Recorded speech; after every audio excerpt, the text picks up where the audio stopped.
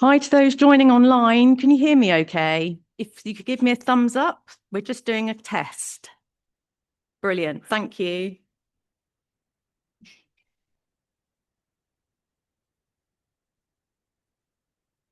We'll get started in a moment, everyone. So obviously just bear with us.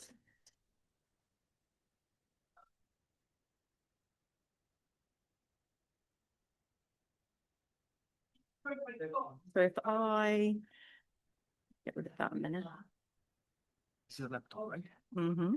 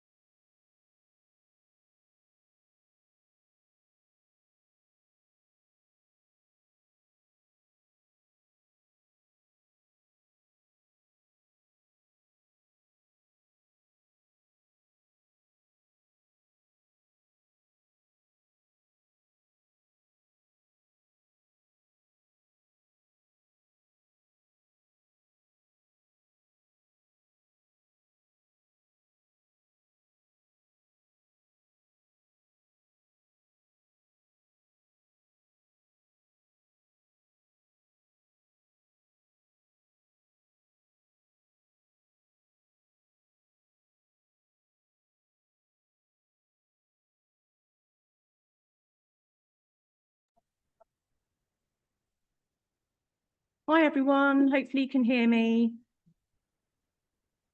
Just had ourselves on mute while we were doing testing. Brilliant. Thank you. I'll talk into that in a minute. Just...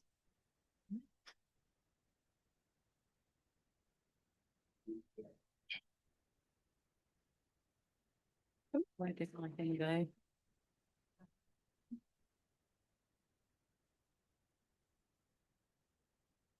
Where did the screen go?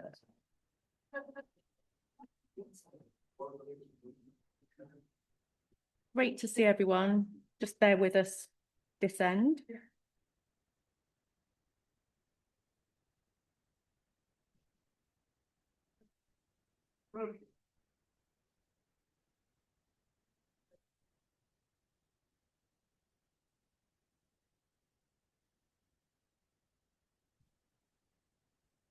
Put this on mute for a minute.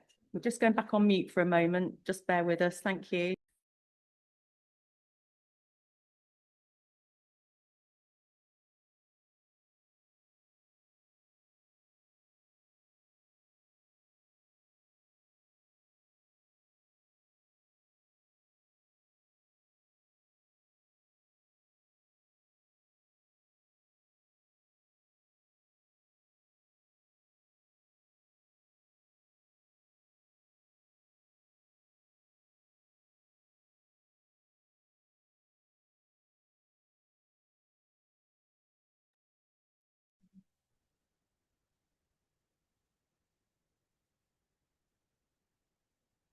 check something. Mhm. If you go to the ethical principle, AI ethical principle, there is a link. Just want to, no, on the In here, presentation. yeah. If it works, just on the thing. No, This one, no. bit further on. We are spoiling the back. I think it's that one. The back. This one? Oh, yeah. Yes. Yes. Yes.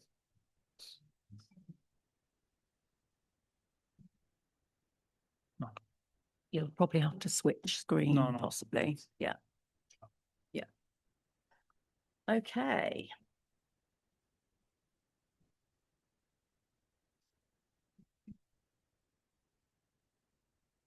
Welcome, everyone. I just wanted to let everyone know who's online. If you can hear me okay, I think you've given me a thumbs up. But if you've got any questions as we go through the session today, obviously we're really hoping this is interactive. But if you can pop any questions that come in online in the question and answer section, that'll be amazing. Just so that if we don't get to them at the end, we can obviously come back to them afterwards and send an FAQ to everyone. So welcome, good morning. I should say Yassas Kalimera. We're obviously here today, myself and Christian. We're going to talk about LeapSpace, which is the new ScienceDirect AI. So we started off with ScienceDirect AI, and it's now transitioning into LeapSpace. So this is the first part of our session. And then we'll be talking about Gold Open Access in the second half of the session today. And we'll be looking at the author journey, how to use the open access platform as well. So as I said, for the people online, if you can pop a note of a question in the Q&A, and we'll try and keep an eye on that. But if anyone's got a question in the audience, obviously, please raise your hand. So I'm going to hand over to Christian to start off with. Oh, Leah, sorry, yes. Leah did ask me. I'm going to hand over to Leah to start off with to do an introduction, and then we'll get started with Christian. Thank you. Καλημέρα. Εκ μέρους του ΣΕΑΒ θα θέλαμε να σας ευχαριστήσουμε που συμμετέχετε σε αυτό το διαδικτυακό σεμινάριο και διαζώσεις εδώ στο Αριστοτέλειο Πανεπιστημίου Θεσσαλονίκης. Το σεμινάριο αυτό πραγματοποιείται στο πλαίσιο του συνεδρίου που διοργανώνουν το Δίκτυο Αποφύτων Πτυχιούχων Γερμανικής Γλώσσας και Φιλολογίας του Πανεπιστημίου και εντάσσεται στην ευρύτερη ενημέρωση της κοινότητας σχετικά με την ακαδημαϊκή έρευνα. Πριν συνεχίσει και ξεκινήσει την παρουσίαση μάλλον η Άλισον, θα ήθελα να σας απευθύνει και έναν χαιρετισμό η Μελίνα Ιβούρη από το Δίκτυο Αποφύτων.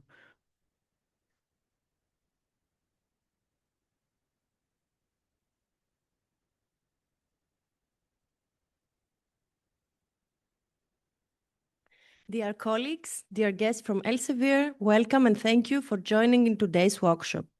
On behalf of the alumni network of the School of German Language and Literature at the Aristotle University of Thessaloniki, we are very pleased to welcome you to today's workshop, which takes place as part of the Publishing 360 Degrees event and tomorrow's conference. For the past 5 years, we have been a very active alumni network of this university, connecting alumni, researchers, and professionals from different fields. Through our activities and events, we aim to build bridges between the university and the wider professional world. For us, it is a great pleasure to participate here as co-organizers. Thank you very much for being here today, and we wish you a very interesting and inspiring workshop. We're waiting for you to come to tomorrow's conference. For details, you can ask us. Thank you, Alison and Christian, for having us here today. And thank you, Leah, for your support and knowledge. Thank you very much.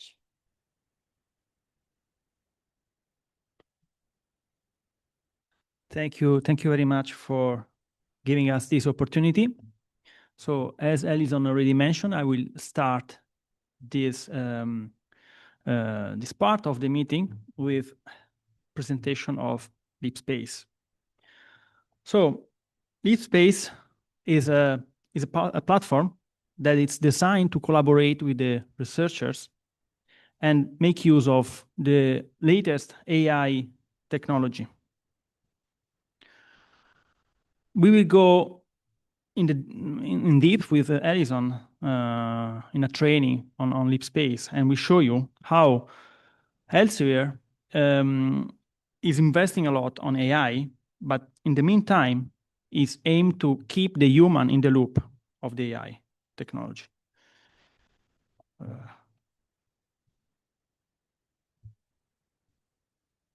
Okay, so how it works, LeapSpace? It's our powerful new integrated workspace for researchers.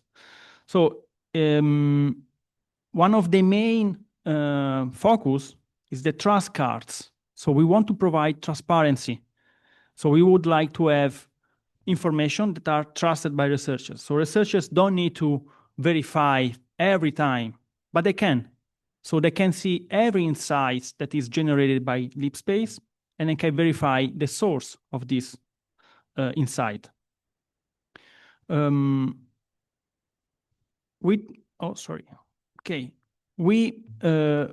can do that thanks to a big corpus of content. So we make use of Scopus content. As you know, Scopus is the largest database of abstracts, and also ScienceDirect content, in which we have the full text of everything which is published by Elsevier.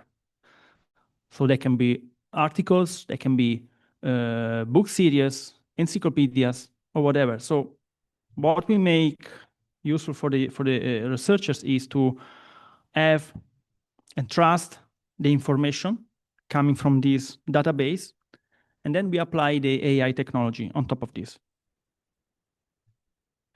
Now, why LeapSpace can be seen as something totally different with respect to what you can find already also freely on the market?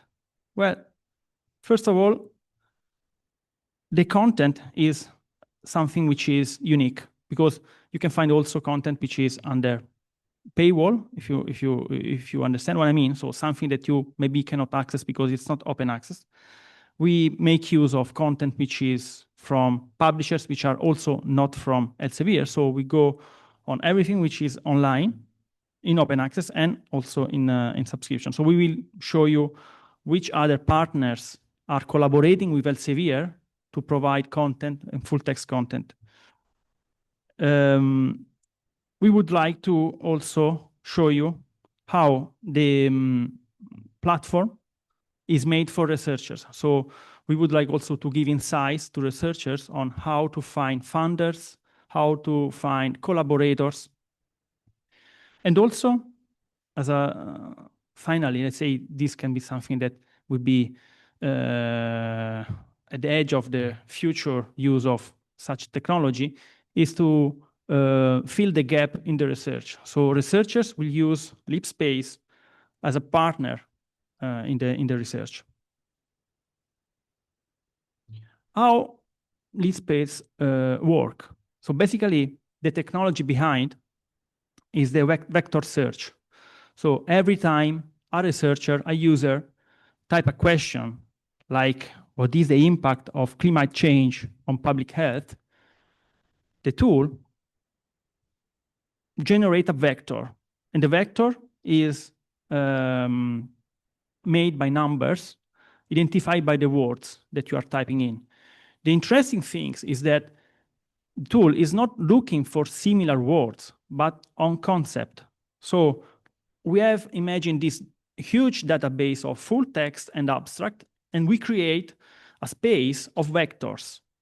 Once you type a question, that question becomes a vector, and the tool is looking for vectors which are close to these vectors. It means that all the other vectors have the same meaning of the question that you did. So even though the words are not matching, it understands the meaning of your question. And then it can generate an answer. The answer then is verified in a redundancy way within Scopus and ScienceDirect and all the other sources which are in the platform. So at the end, you will have an answer which is already verified several times. In case the answer is not found, the tool will tell you. So unlike other tools that try to give an answer at any cost, LeapSpace is very clear on this point. So if something is not found, you will see. And this reduces the number of hallucinations. Sorry. Okay. Okay. This slide shows how LeapSpace works end-to-end.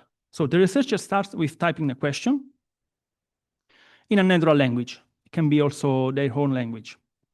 LeapSpace then optimizes the query. Sorry.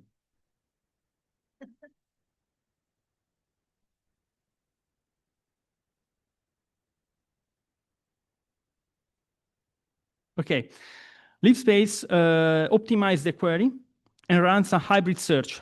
So it combines semantic words and keywords across all the trusted scholarly content. Only the most relevant passages goes to the AI tool to give the final answer. On average, researchers spend about 1/3 of their time, of their daily research, on searching for literature. And this is time that we can save if we use the right tool. The rest is consumed by tasks like finding collaborators, securing fundings, teaching, supervising, attending meetings, having peer reviewed. So this heavy workload often drives early career researchers out of academia. So that's why we wanted to focus on this pillar, let's say, of the research workflow. Before going into the demo with Alison, I just would like to say that Elsevier has based since 2 years ago an AI principle, ethical principle guidelines. And they are based on several points.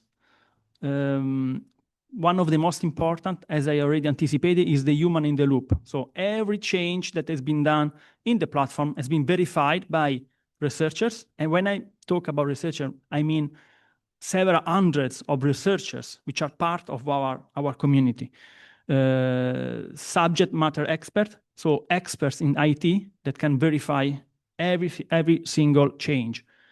Another important point is the feedback. So you will see in LeapSpace, as well as in ScienceDirect AI currently, you will see feedbacks asked by researchers, because we really want to make sure that everything that we provide is verified and also accepted by the community. If something is wrong, we want to work on that. The other point is that we want always to have the critical thinking of the researchers be part of the tool. So the tool is not replacing the researchers. The tool is aimed to help the researcher to find the next step. And that's the trend, and that's what Elsevier is working on.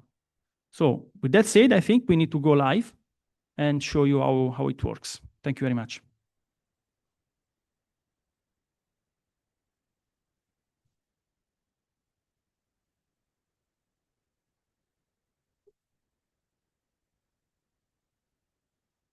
So I see why you're having trouble. Sorry, I've got it. Fine. Yeah. Yeah. Well, thanks everyone. Let's just check the chat. Just check the questions. Yeah, just to let you know, the recording of today's session will be shared with everyone who's registered. So just to let you all know, I'll do that probably either later this afternoon or tomorrow. Okay. Just share.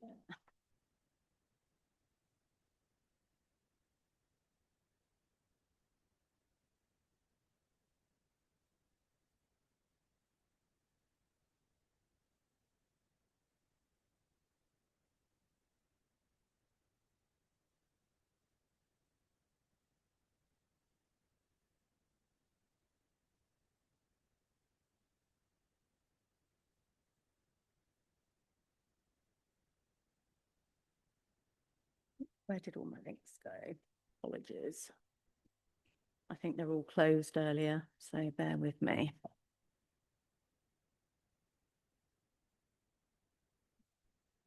I had them all prepared, but I think they've disappeared, so apologies, just bear with me.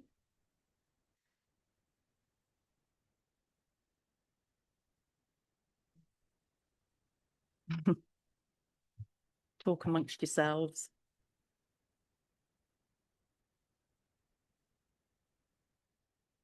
Connected to the internet still.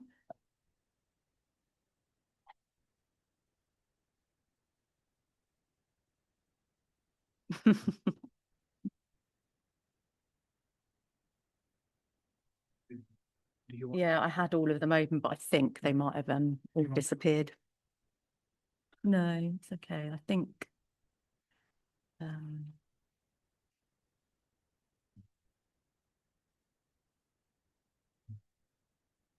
it's connected. Let me try again.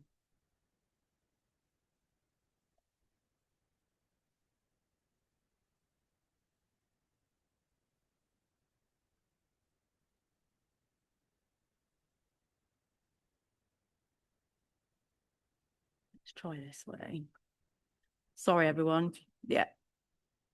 Okay. I did have them all ready prepared, but they seem to have all disappeared. Kalimera again, hello. If any of you were at the ScienceDirect AI webinar, either in the room, raise your hands that I did in January, or thumbs up online. That would be amazing. Let me just check to see if anyone online has thumbs up. Yep, brilliant. Okay, so any thoughts on the tool itself, if you've had a chance to have a look at ScienceDirect AI? Is it all looking how you'd expect it to work? Yeah, I can see lots of thumbs up. Thank you. And has anyone had a chance to have a look at LeapSpace yet? Have you seen the pop-up? Yes, brilliant. Hello. Got someone in the audience here. Any thoughts on it so far, or you haven't really tried yet?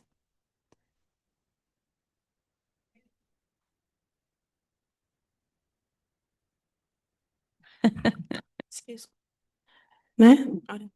I think it's very useful. I use it to find bibliography for an article I was preparing. The only thing I think it needs improvement.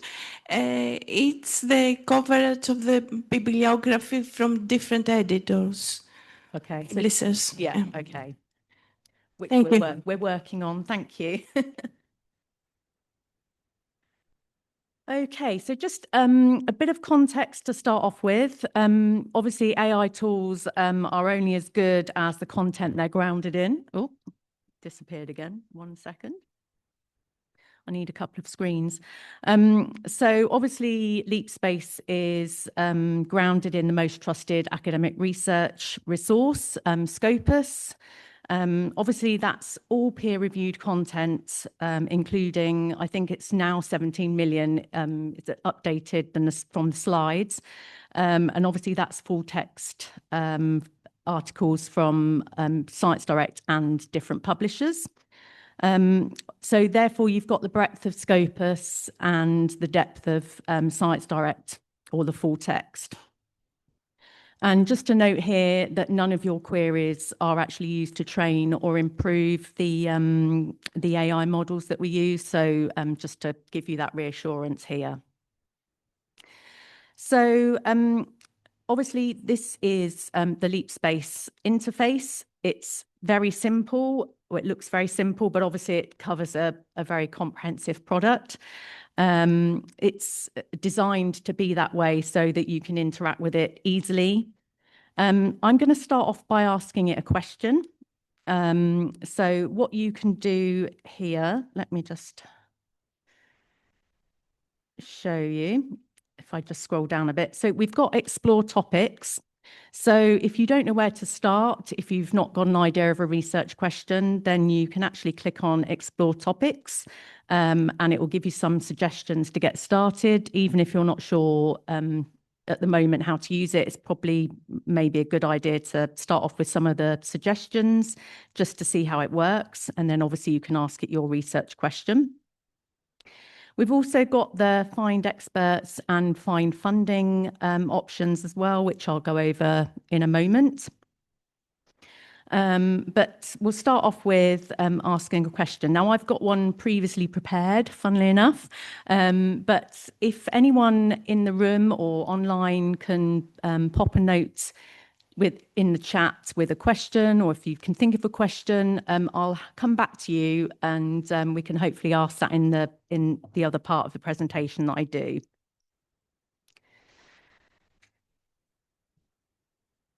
So on the left-hand side, you'll see a conversation history. It won't come up automatically unless you open up the panel.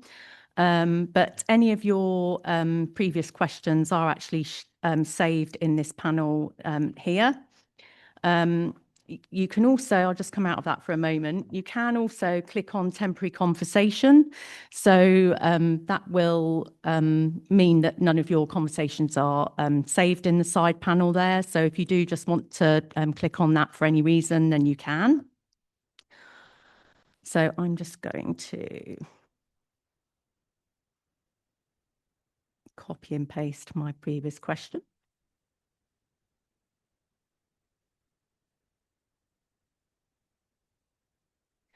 So the question I'm about to ask is actually based on the research area that I used to work in when I worked at the University of Plymouth, or one of the research areas I worked in, women's health. So I've just asked it, if they can find me recent breakthroughs in polycystic ovary syndrome. As Christian mentioned, you can ask LeapSpace a question in your own language, but it will return the information in English. So I'm just going to ask a question. Yeah. Is it not sharing on?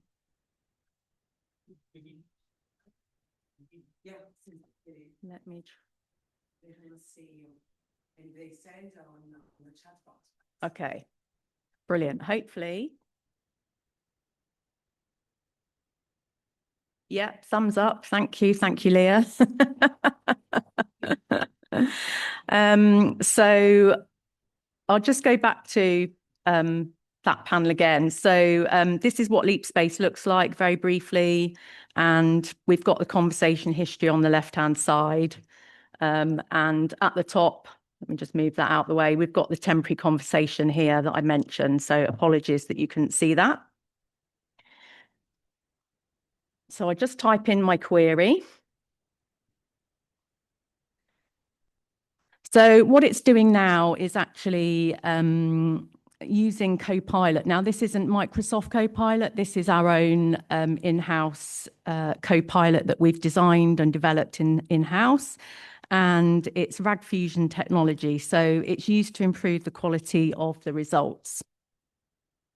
So what it's doing now is actually searching Scopus abstracts, and that's the entire corpus of Scopus, and full text, so ScienceDirect plus other publishers that we've got.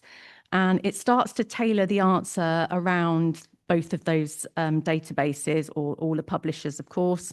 So it's looking at full text, so it will pull out methodologies and results, for instance, and then it will look at Scopus and providing a sense around the academic, trying to provide you with a sense of the academic space. So you'll see here also, just to note that it does actually apply filters. So I've asked for recent breakthroughs. So it's automatically provided a particular year. So it's gone from 2020 onwards. So it's trying to find the most recent research. So you can ask it to apply filters in terms of the year. You can also, if you asked it to just look at a particular research in a country or a document type, then it would also apply those filters in the search. And as Christian mentioned, it uses keyword and natural language vector search technology to combine the answers. And that's obviously purely grounded in the academic content. So we have a summary. So you'll see I can click on the Copilot steps. This is what it's done to perform the search. So it's done a natural language search. It gives you a bit of information about what's gone on there. And then it will show you the recent breakthroughs. It'll answer your question. So you'll have a table. So it will give you the breakthroughs in understanding. Obviously, I'm looking at PCOS here. So it will give you some key points. You'll see references on the right-hand side. I'll click on those in a moment. So it will just go through it'll break down what it's actually found in terms of the question. So it's looking at breakthroughs in diagnostics, also in therapeutic development, and so on. And it will do that with whatever query that you've asked it to do, and it will provide the references behind that. You've also got the confidence level. So this is just providing you with whether it's confident in what it's actually found. So it said it's high. So it's saying that many independent recent reviews from 2020 consistently describes the advances in genetics, etc. So it just gives you a bit of a confidence level, so you can sense check that as well. And up here, I'll have show all references, so you can look at all the references all together, or you can see the follow-up suggestions as well. So I'm just going to pick out a reference. So I'm just clicking on this one here. And you'll see that it actually pulls out the reference details on the right-hand side. So you get the option to obviously click on the link from here. It gives you information on the authors, the title, how many citations, and you can obviously go to full text, which if you've got access to that, of course, you'll be able to go to, or view scope as document. And I'll go to that in a moment. But then you've got the option to have a look at the abstract here, so you can get an idea if that this is something that actually is related to what you've asked, the question you've asked. And you've also got the link to statement. And this is what Christian was saying about the link to statement. At the moment, it's not in the tool at the moment, but it's coming. You'll get the link to statement, and that is your trust card. So this is, you'll see here, it says the study provides a range of diagnostic accuracies, and it says at the end, the connection with the claims details appears imprecise, even though the topic is similar. So it will give you an idea of whether you want to have a look into that claim or not a bit further. In time, hopefully very shortly, there'll be some classifications where it'll be a contradicted statement. So this is where it would suggest you delve a little deeper and look into the source more carefully. There'll also be something that's inferred. So it means that the source isn't directly saying what you've asked, but we can infer the information from the references the sources it's found. And then also it will provide you with an entailed and basically saying the thing it's saying is exactly the same in the source as what we're saying in the main body of the summary. So these are designed to really to help you with critical thinking, and making sure that it's not just providing you an answer. It's obviously asking you to, if you want to delve a little deeper, is this claim grounded to this source? How was it arrived at?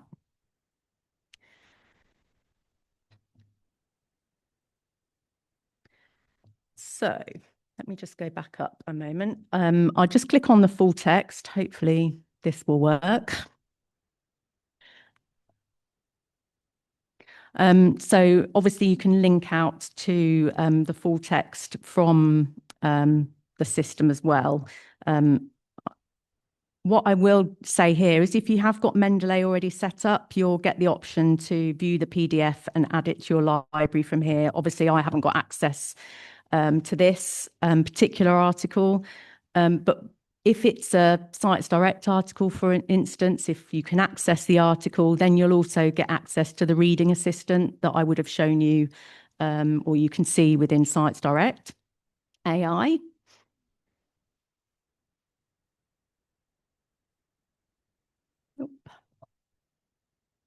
If I can move this a moment. Let's get that up.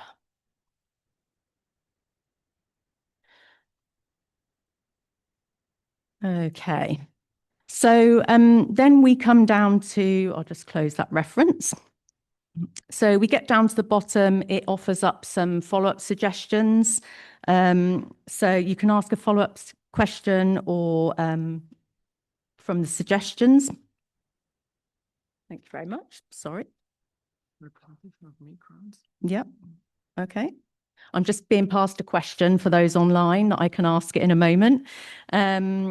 So you'll have options for follow-up suggestions based on what you've actually asked it originally. Or what you could do, and this is how I want to show you the funding and experts information on the system. What you could do is actually find something from within this information and say, well, that sounds really interesting. I'd like to have a look what funding opportunities might be available. So let me pick something. Okay.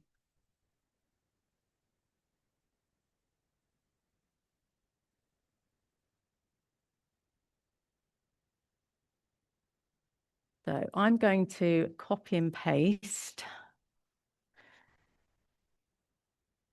this particular, I'm just picking something randomly out of the information it's provided.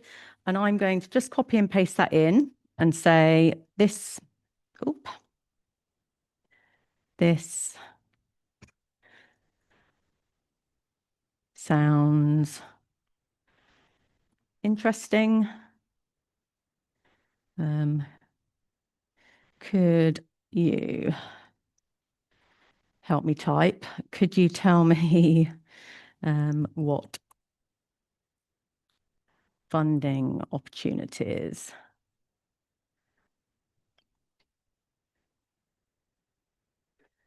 there are?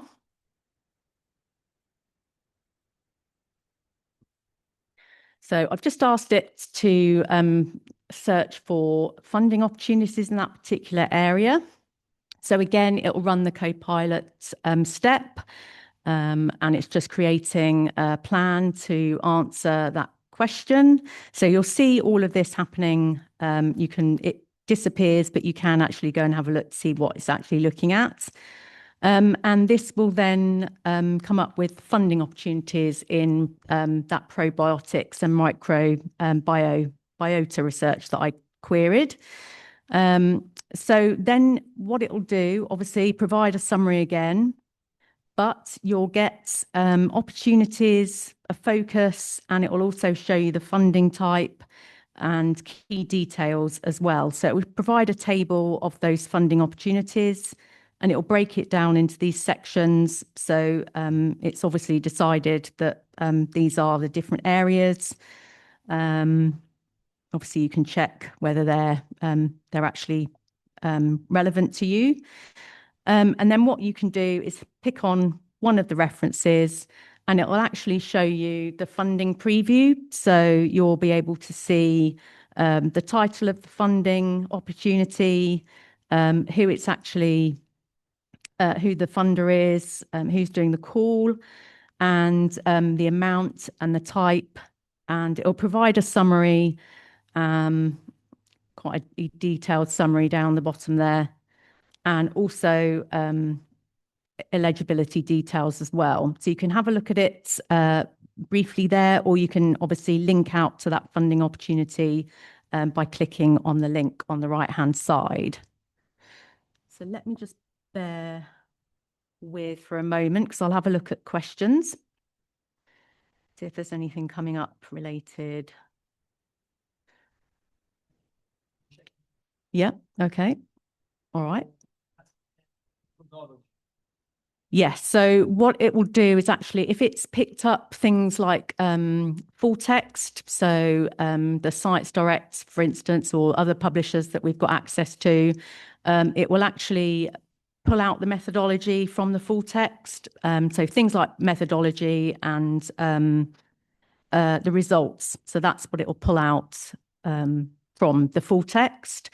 And obviously scope, that's where the depth of the of ScienceDirect and other publishers, full text will come in. But obviously with Scopus, it's searching through the abstracts. Does that answer the question?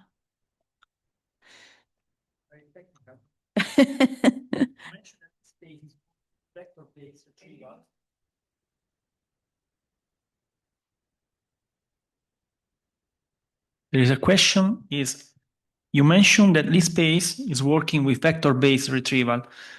In recent work, several studies suggest that hybrid approaches combining vector search with knowledge graph querying can improve retrieval by preserving structural relations and reducing the risk of missing relevant information. Have you explored the integrating of knowledge graph into your pipeline, or do you use this as a possible direction for the future? It's a good question. I think I might have to refer back to our product team actually on that one. We do have the option to show graphs. I'll go to that in a moment, but yeah, I'll have to check with our product team if that's okay and get back to you. Christian, I don't know whether you know, but yeah. Got another question in the audience for those online. I was wondering, the information that popped up with the funding part,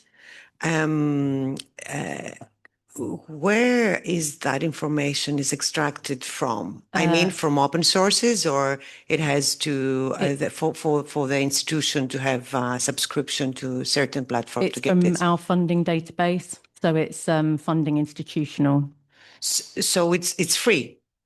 Well, no, no, nothing is free. No. It's we are used to have a database which was called Funding Institutional. That was a different database and the subscription, and that collect all the funders basically. Now we are including this in LeapSpace. So, and Funding Institutional is not anymore a product that we can sell because it's included for free in LeapSpace.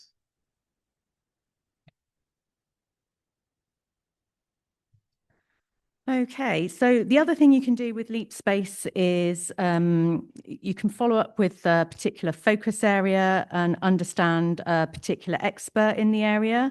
And this is where the expert tool comes in. So it's searching, again, vector search technology to identify relevant people in any given area. So it's looking at relevancy of the content rather than picking out authors. So let me just, I can see a hand raised.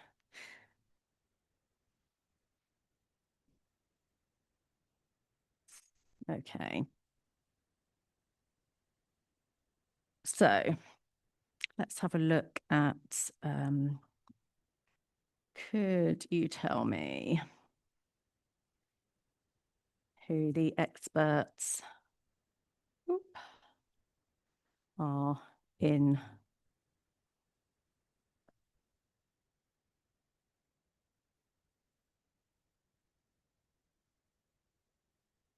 I can see some hands online, so do you mind if I just show this bit and then I'll come back to you and I'll unmute you if that's okay? So obviously what I've just asked is who are the experts in that particular topic. I was just focusing on there. So what LeapSpace does is actually shows you the leading experts. So it will show you, obviously here we've got the leading FMT experts working on metabolic outcomes, and you'll get the expert information with their affiliation why they're actually considered experts. So again, you can do a bit of critical thinking and checking that. And also it will provide you, again, a reference with an author preview. So what you can actually do is see the documents it's referring to here. So it's got 4 matching documents in that particular area, and it will provide the links out to those documents. So before I go into the last part of LeapSpace, which is the deep research question, and I've got a question now. Thank you very much, Leah. So let's have a look at some questions. So I can see hands up. I apologise, I didn't see who put the hand up first. So I'm just going to allow you to talk. So if you want to unmute yourselves and ask a question, please fire away. I've unmuted all 3 people that have got their hands up, but fight amongst yourselves. If you're shy, then obviously please do pop the question in the question and answer section, and we'll try to get to them. Have a look. Okay, yeah. Okay.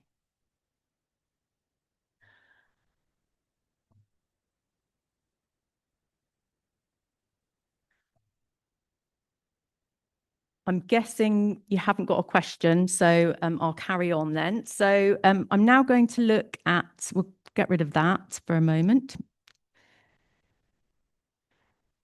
Just forgot one very important thing to show you.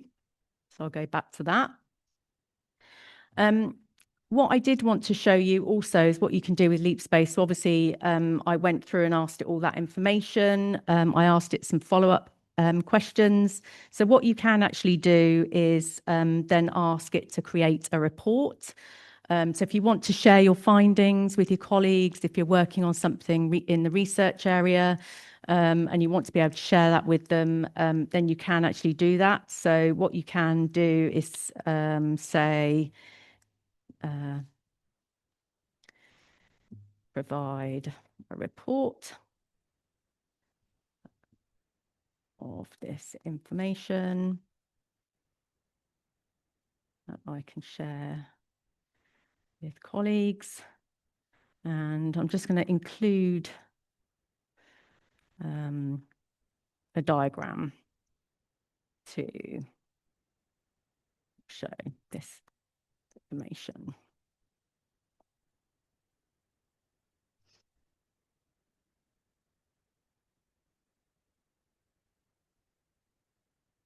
Okay, so it will just, again, do the steps that it does.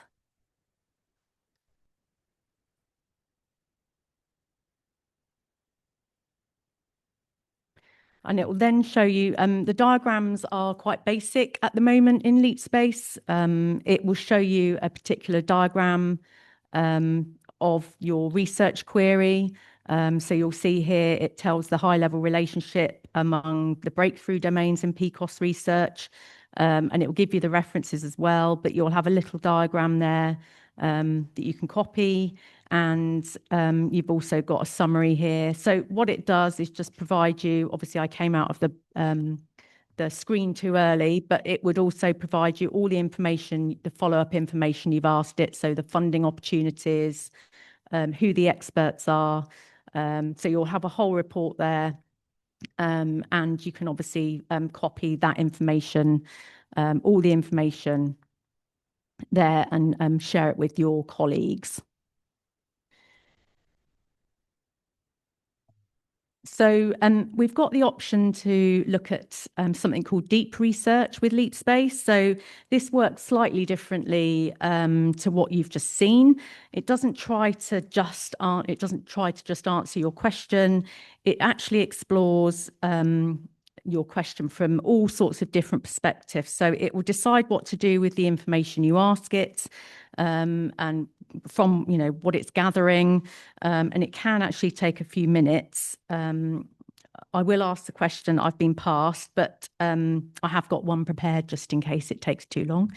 What it is actually doing is performing a meta-analysis. It looks at what links are there in the information, what's missing, what are the opportunities. It's an alternative experience to the summary. And it really is about answering challenging problems that require a lot of literature. It's a large brain dump, if you like. And you can obviously then switch to conversation mode again if you wanted to. But yeah, it's just really built again to engage critical thinking rather than writing the paper for you. So let me just type in this question. Okay, so we've got a question, I think possibly from the audience. I think Leah said online. Presentations.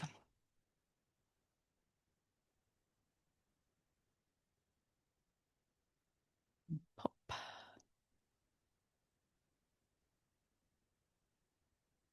Okay, so representations of migrants in popular culture. That's the question I've been passed. So let's just see what it has to say about that.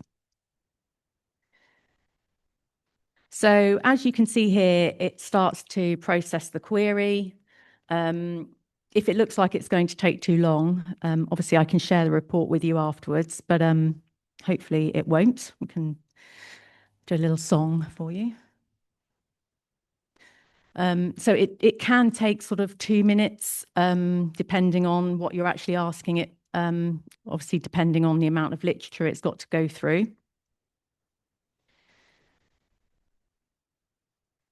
So, you know, we've got time. Like watching paint dry for people online, especially.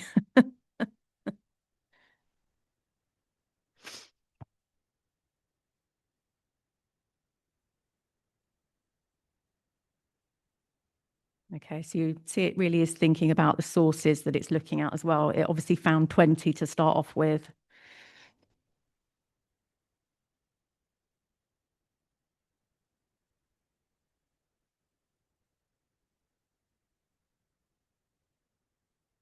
Lots of questions online, Christian?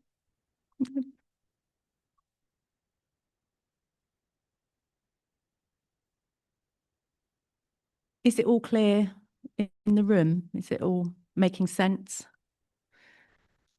Yes.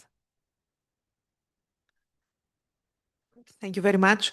I was just wondering, can we attach also some text from ours? For example, we're preparing a text paper and ask the tool to suggest us some literature on the topic that we are preparing? Yes, is my answer to that. It's not here yet. It is coming. So the member of the audience asked if it was able, the system was able to attach documents to the question. So yes, you can. You can either obviously copy and paste a question in there based on your research, or you can attach your documents. It is coming. End of March. Okay, well, there you go. You heard it here first. So documents, obviously, you can then add to, you know, see what gaps there are in your research or what you can obviously expand on, of course. And all the documents are actually held on a secure server. So just to reassure you there. And then they're retained for less than, I think it's 30 days. So they'll be there for 30 days and then they're deleted. Obviously, if you use temporary conversation, then they're not saved, I think, for 24 hours. But if you want to upload a document, then they'll be there for 30 days. And obviously, it helps enhance your answer, depending on your research question, of course. So yes, that is coming. Okay. It finally got to the report here. So it processed, you can see, over 2 minutes there. So what it will actually do is provide you with a quick reference. So you'll have a key findings table to start off with. So you've got different areas you can see here. So we've got stereotyping, digital and alternative media, and so on. You'll have some main insights. And again, then you'll have the citations to have a look at. So if I just click on one of those, it will provide you reference details here. So again, you'll just be able to see the title, the link to the statement. Let's see what it says here. Okay, so it's just saying it emphasizes inclusion of migrant perspectives and the multiplicity of portrayals. So you've also got the abstract as well at the bottom there. Just fly that out again. And then you've got a direct answer. So it will try and answer your query, of course. So you'll have the answer there. It will also provide a study scope. So provide a time period of the study, the disciplines, the methods, and then it will also show you assumptions and limitations. So actually, you know, what it didn't find. So it will actually tell you that as well. It will also provide suggestions for further research as well. And then it will go into depth in terms of what it's actually just summarized at the top there. So you've got an introduction, theoretical frameworks, and again, you can see the references all here, just so that you can confirm whether that finding is obviously correct with that source. And also you'll get a synthesis. So it will just provide you with a synthesis at the bottom. So again, engaging your critical thinking as you're reading through each of these sections. So instead of just providing you with a summary, it will provide a synthesis, and you can obviously delve a little bit deeper into that insight there. And it will also, obviously, it's providing how it got to that conclusion. And this is what we found from those sources. And then at the bottom, the conclusion there. So it just provides obviously a summary of what it's found, and then all your references here too. Okay. I think that's what I can show you so far. Any questions?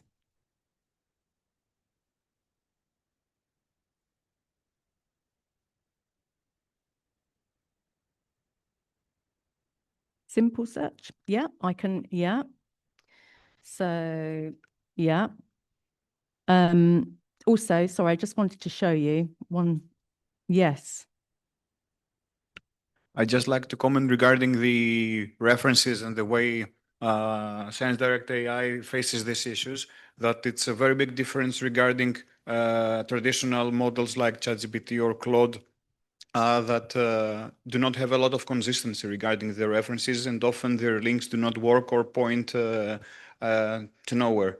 And for a researcher, the way it works and providing consistent links to references is really something that distinguishes from the rest of the traditional models. Yeah, brilliant. Thank you. Just to show you also, you can actually just click on the view report, and it will actually provide you with a report based on what it's obviously showing in the summary, and you can save that as a PDF. So just to show you that. And my colleague Christian has just said we're going to ask the same question. Let me just copy. We'll ask the same question in the simple search, just to see how many references. I think there was 90 something in that one. Let me just double check. Yeah, 98 references. So let's have a look and see what it says.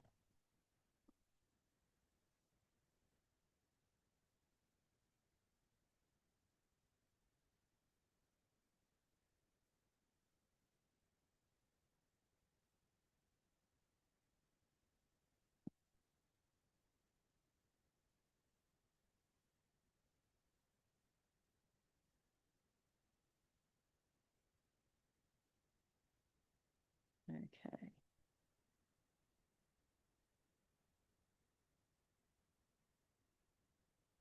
Go back down to the bottom. Right, okay. Yeah, so it's shown, it's on the, not the deep research question, but the just the main LeapSpace question, it's shown up 22 references. So that's the difference. Okay. Let me just check. Yes, there's a question in the room. Hiya. Yeah. I would like to ask, a very popular research is now the reviews, yeah, like systematic reviews or scope reviews. So basically, as I understand it, it's now redundant to do such a research, right? I mean, and the point in this research is the transparency of keywords. Does Science AI Direct replace this? Is it similar? I don't know if I made myself clear. So are you asking if it should be used as a literature, a systematic? As an assistant, or does it replace it at all? So LeapSpace is replacing ScienceDirect AI, or it's enhanced. It will be enhanced when everything's obviously been migrated over. So for instance, at the moment, Compare Experiment isn't in LeapSpace, but it's coming. You can still use that in ScienceDirect AI, for instance. But all the functionality from ScienceDirect AI will come over to LeapSpace. But yes, yeah, LeapSpace will be the new ScienceDirect AI. And in terms of a literature tool, if you like, I don't know whether that was the other side of your question, but it's not a writing tool. It's there to obviously try and make sense of trying to get all the information in one place. Obviously in terms of, like I said, a large brain dump, it helps you to go through all that literature and you engage critical thinking. So it's not used as a writing tool. So I don't know whether that answers the other side of your question.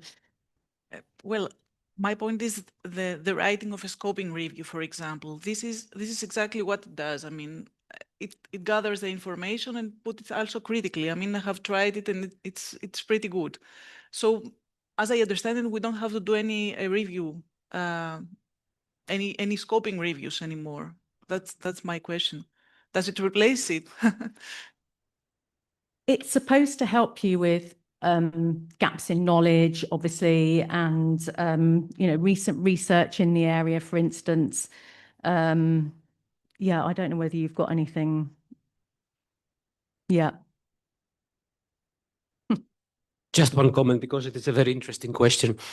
No, I think it will not substitute scoping reviews or systematic reviews or meta reviews and things like this.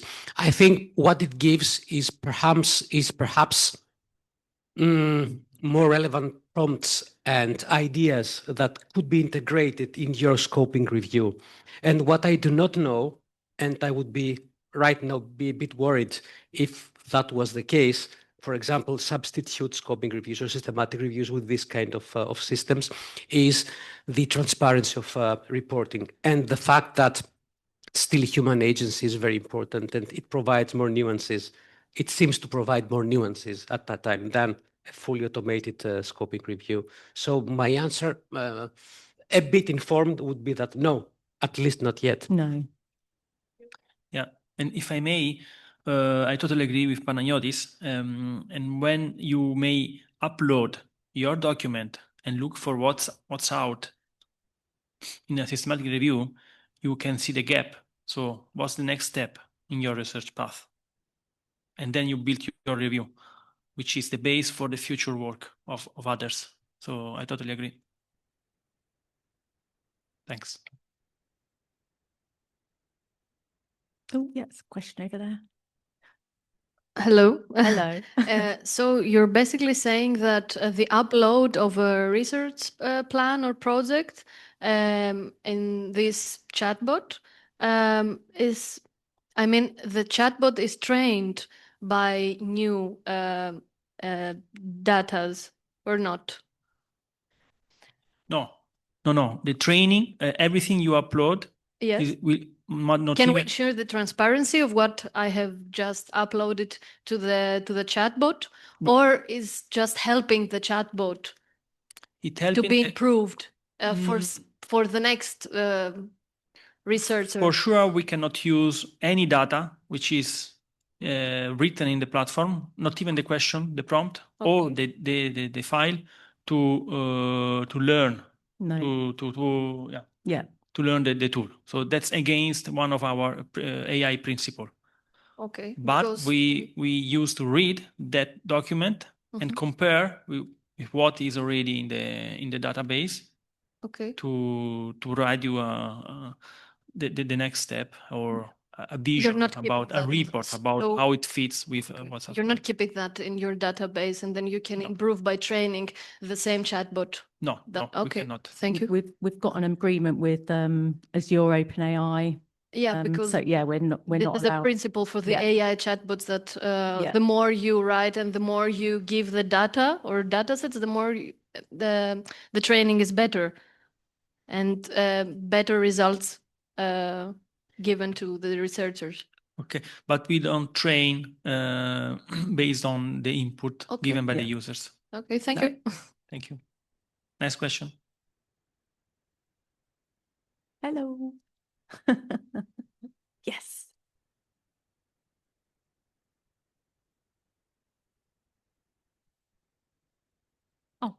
Hello. Hello. And thank you so much for this very helpful workshop.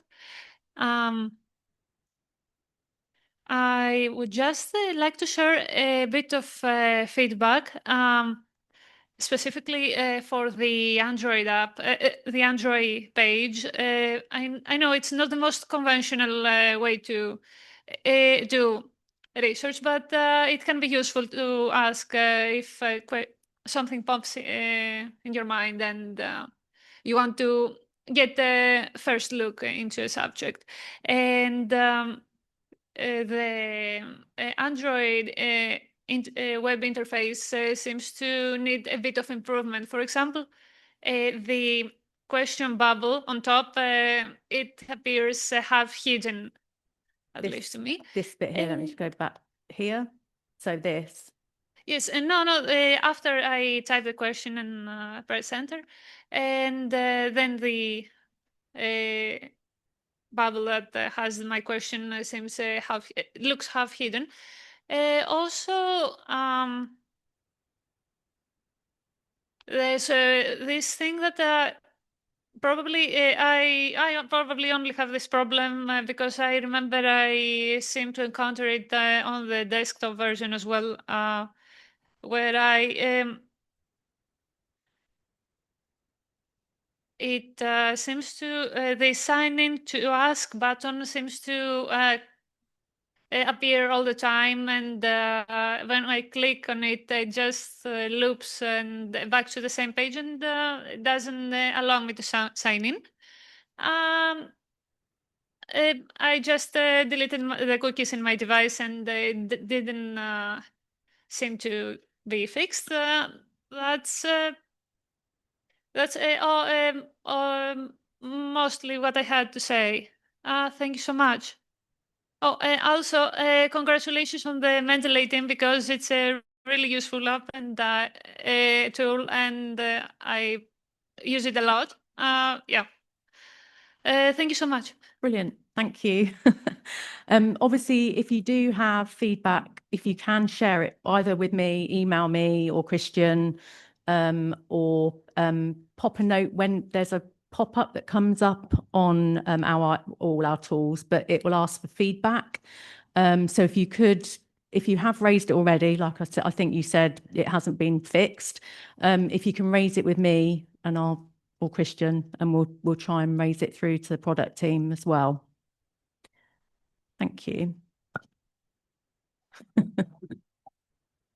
One question having to do with the discussion about reproducibility of results, and mentioning that we know that scoping reviews and systematic reviews are sometimes notoriously non-reproducible, meaning the results that you obtain are so much affected, and they are so much biased by the screening process that researchers do. So in this line of thinking, have you tried to replicate, put the same question, not a month afterwards, because the literature will have evolved for sure, but if I do the same question 3 consecutive days, have you tried how much similarity the system gives back?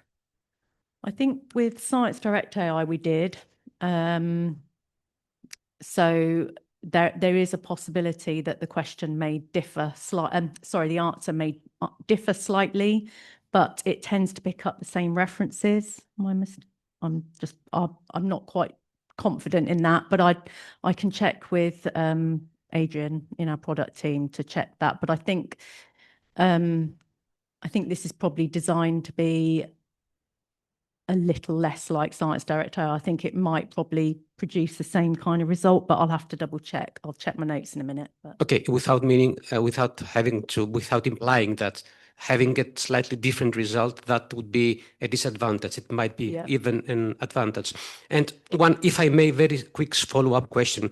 Can you ask to use literature from a specific, let's say, time duration? For example, for that question, I would like to use literature from the first decade of the 21st and the second decade of the 21st century. Can you do this, or you have to necessarily use the whole literature? As far as I'm aware, if you make sure you add that in your question, it will pick up. So it will apply filters based on what you actually ask. And going back to your other point about, whether I'm not sure about what the answer, whether that will change, but in terms of obviously Scopus is updated daily. There might be other publications it might obviously surface when it's doing its search that it may include in the answer. So obviously that's something to be aware of, but I'll double check about the difference.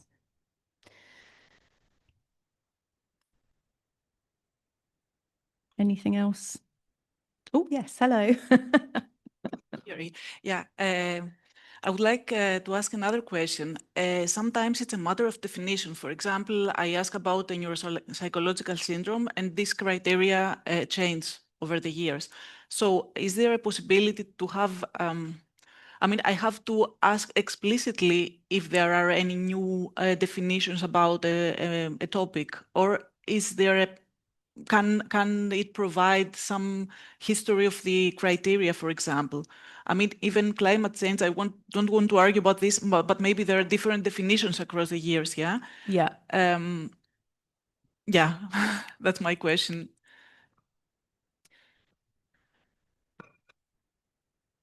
I want to be sure that I give you the right answer, so I am going to double check with product. But in terms of if you've asked it for recent research, obviously it will pick up that it's like from 2020 onwards. You can, of course, ask it, can you look at 1896 criteria compared to now? It will provide you with an answer. But in terms very specific, I'll double check for you. Yeah. Anything else? No. Oh, sorry. I have one more question. At the beginning of your presentation, you have mentioned that about the references. The references are provided direct not only from Elsevier's datasets, but also from open access journals, correct? Am I right? That's right. What are the criteria that you're choosing from the open access journals? For example, the impact factor, what are the criteria correctly? It's relevancy, isn't it, Christian, in terms of... journals which are in Scopus. So for us, being Scopus is already an element of quality because there is a selection of the journal. Then regarding third parties content, just would like to give you the latest update. So as of February 2026, in LeapSpace, we have Emerald Publishing, IOP Publishing, New England Journal of Medicine Group, Oxford University Press, Sage Publishing. And this is what we can say now for sure, which are in, and all their content back to the latest 25 years is included, which is either in open access or in subscription. And in LeapSpace, you always can see the snippet of their full text when it's referred. Thank you. I hope this answers your Yes, question. yes. Thank you.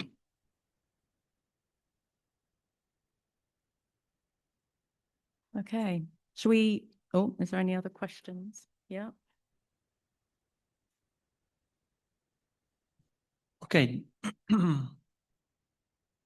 They're asking for the cost of the solution, the chat, but it is included, but then we cannot.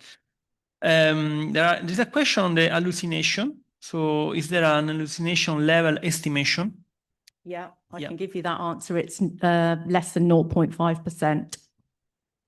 So, of course, any system, you know, we can't promise that it won't hallucinate, but in terms of our particular LeapSpace solution, it hallucinates less than 0.5%.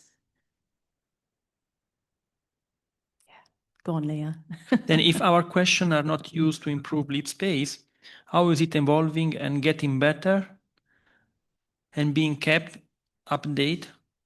It's a good question. I'll come back to you. Thank you. I think Leah's got a question. Okay.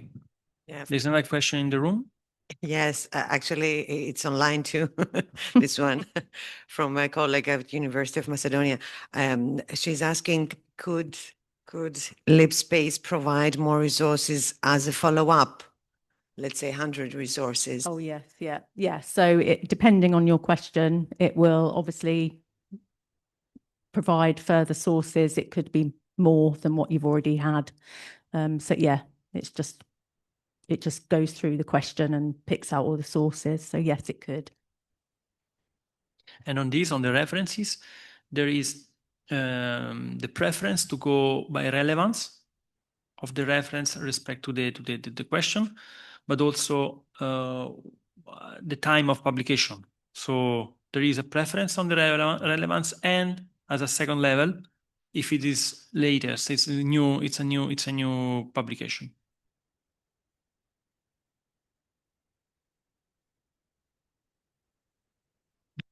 Thank you for the presentation. What is the big difference between deeper insight and simple search? Sorry. The deeper insight you mentioned here, or the deeper research, what is the main difference between? So yeah, in terms of the main difference, it's instead of just providing you with just an answer and a summary and all the references that I showed you, what it actually does is it will explore the question from different perspectives. That's the idea of the deep research option within LeapSpace. So it's not just trying to answer the question, it's deciding what to do with that information. It'll basically gather insights from the sources, the same as it would, but it's just trying to provide you with more critical thinking in terms of the synthesis. What have I just pressed?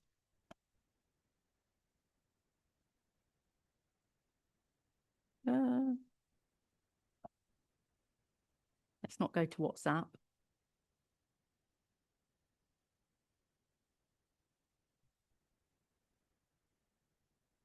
Get rid of that.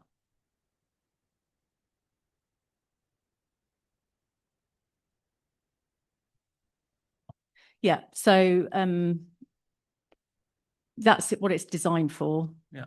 If also I may add something. So in the simple research, you have the hybrid retrieval, so the vectoral one and the lexical one together. Then you have a ranking. This is how the tool works. Make a ranking of relevant information I found. In the deep research, on top of this, there is an agent AI that is making several additional steps. I'm just reading on the technical document.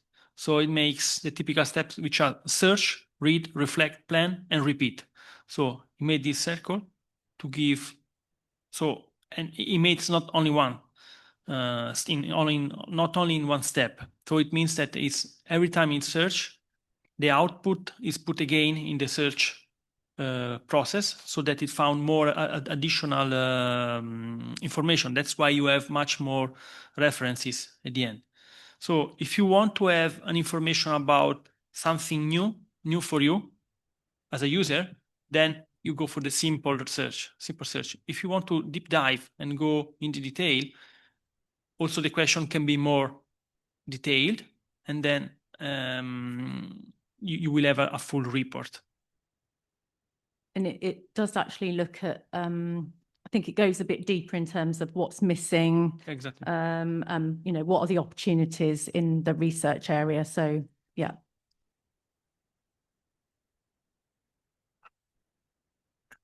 I'm just looking here at the question for the cost. I just want to repeat that HEALING, the Greek consortium, has a national license to ScienceDirect AI and LeapSpace, so it's free for our members, for our university members, via IP recognition or with a single sign-on access. There was a question there asking about the cost and a discount. Yeah. So it's free from your institution, as HEALING is paying for that for the country. May I follow up with something else? If I understood correct, LeapSpace is the substitute of ScienceDirect AI. So it's the new tool that you provide to us. I think if I understood correctly again, the history of my search is there also. You included my history. How confidential is this in terms of, you know, that most of us are presumably looking for proposals, things like that, in order to provide confidential information. Is this truly confidential, what we provide to the chat box? Yeah. It is. Yeah, it is. Everything, all our solutions are GDPR compliant. Everything you upload, but also all your search, and you will have the history of your search on the left side of the tool, is confidential. So it's not, as we said before, it's not useful for training the tool, but also it's not used in any case.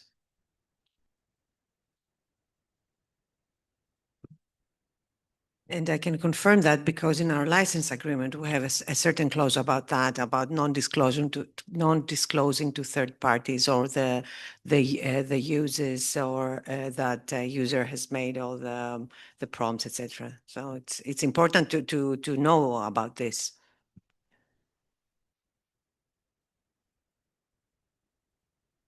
I think we've run over, so should we have a break for for a bit, and then we'll come back for the second part, if that's okay. And obviously we'll answer any questions that we've missed after the session as well. Yes, yeah, we'll be back soon, folks, online.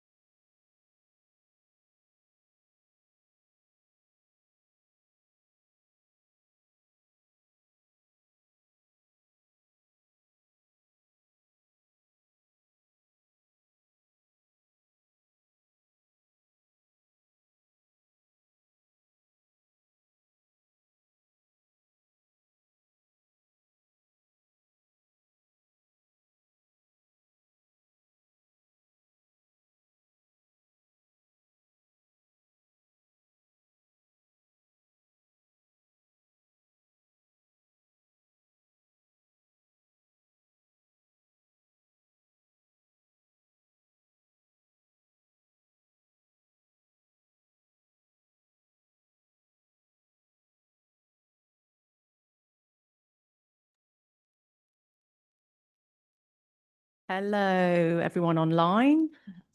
We're just coming back into the room.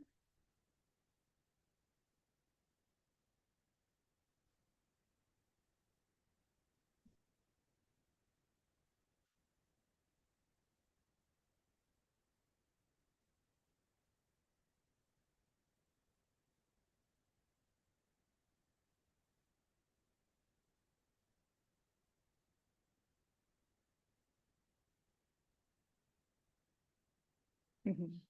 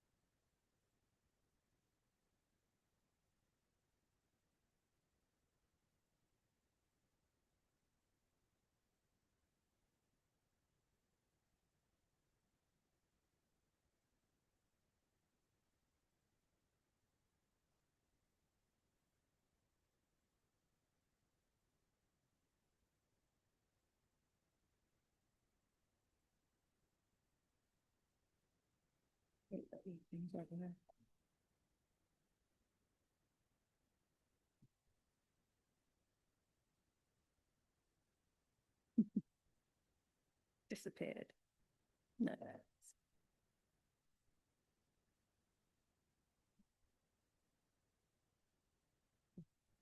Should have done this in the break. Bear with me.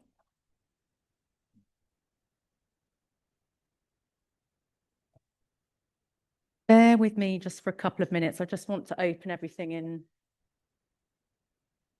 Everything disappeared before, so get everything prepared. I think when they were setting me up, I think the IT guy might have. You can put on the Teams? Yeah, no, it's all the links that I need open. So this isn't yet.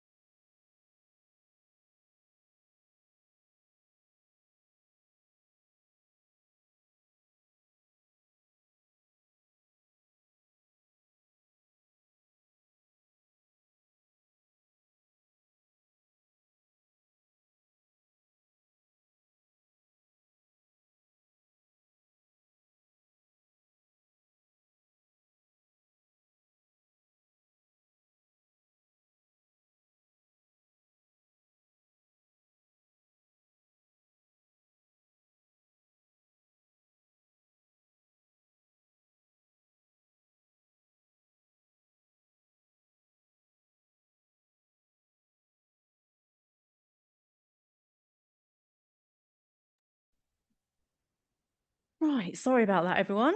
Just making sure I've got everything ready, open. Okay.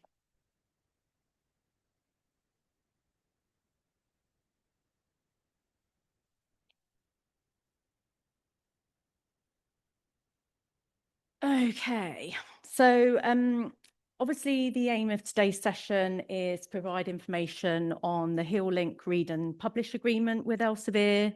Some of you may have already been in this workshop with me previously. It's a repeat of that.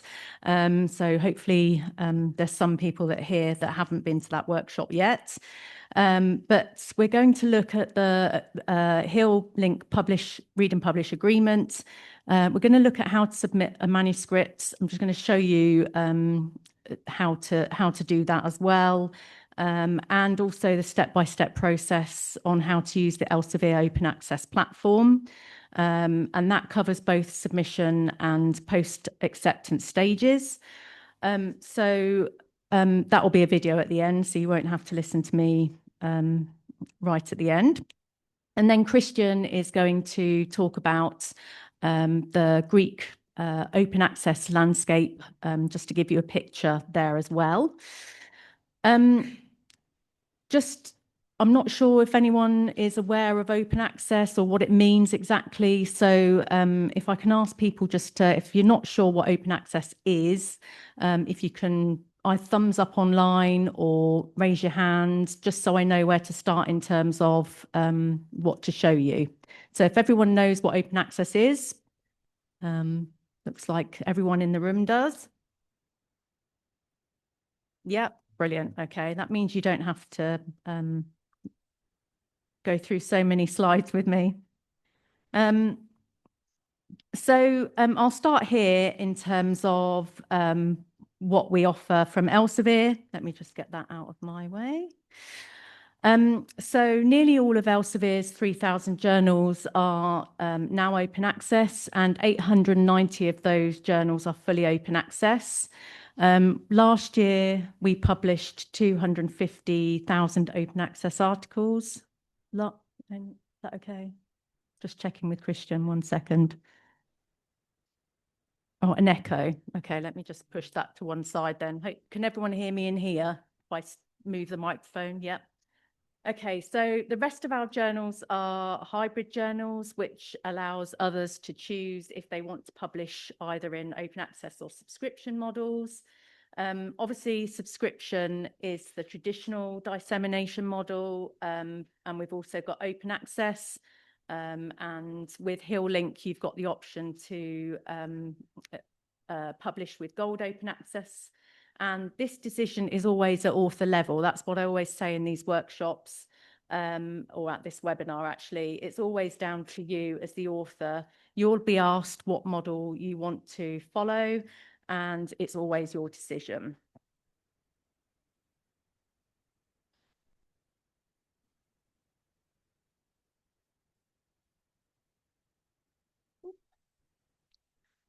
So to define open access models, we have these 3 important points online. How these services can be funded, how and when readers can access the article, and for how long. So, and also how can a published article be further distributed and used. So each time you approach a publisher and you want to publish open access, then you need to ensure you know the answer to these questions, because obviously it's really important in terms of open access, whether you want to put your article to be freely available, and I'll go over those in a minute.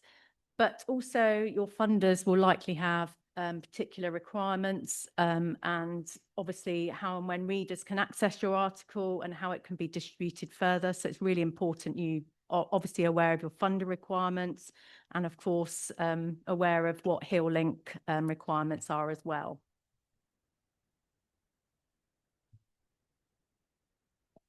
So these are the different levels of open access. There's more, but I just thought I'd point out the main ones here. So we've got Gold, which is published under a Creative Commons license. And that's where publications are costs are covered by an article processing charge, or you'll see it as an APC. And that's either as gold in full open access journals or in hybrid journals as well. I'll explain a bit about the licenses in a moment, but the payment is always, it comes up on the author side, but of course it's not always the author that's paying. It's either the institution, obviously in this scenario, HillLink have provided you with APC coverage. So obviously you've also got the option with some funders, they might be paying for the APC as well. You've also got green. So this is where an article has been accepted, but under the subscription model, it typically isn't freely available until after an embargo period, and it's usually between 6 to 24 months. And then you've got bronze there as well. And also the platinum and diamond. I know obviously a lot of people are starting to look at diamond now. They're published under a Creative Commons license with publication costs covered by typically a third party, so a society or a university behind the journal. Yeah, so the difference here is the main publication costs will be covered by different parties. Gold open access, just to mention here, generally involves APCs paid by the sponsor, with the journal making all articles openly available, accessible, of course.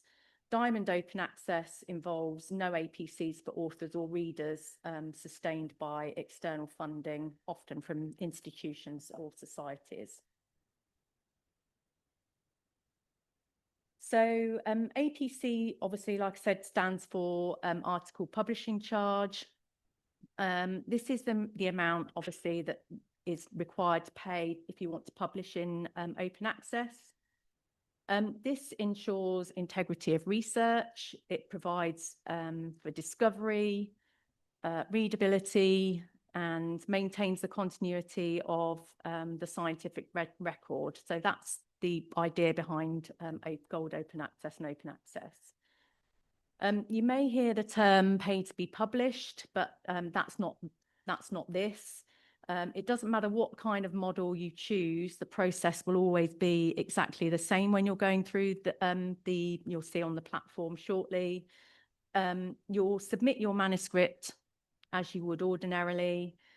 This will go through the editorial board, and then if they accept your manuscript, then you'll go through, obviously, the peer review process. So it doesn't matter what kind of publishing model you choose. Obviously, you'll go through that whole process first, and then when your manuscript is finally accepted, the final decision is on you to decide what subscription model you go with. The APC is always the final step.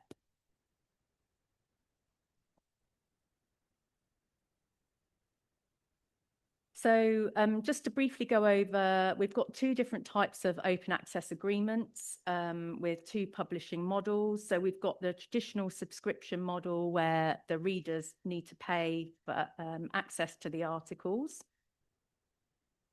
And obviously what we're talking about today, we've got the open access, gold open access model where readers don't pay, but you pay the article publishing charge, or your sponsor, your funder, or through HillLink, of course, and then your article is immediately available.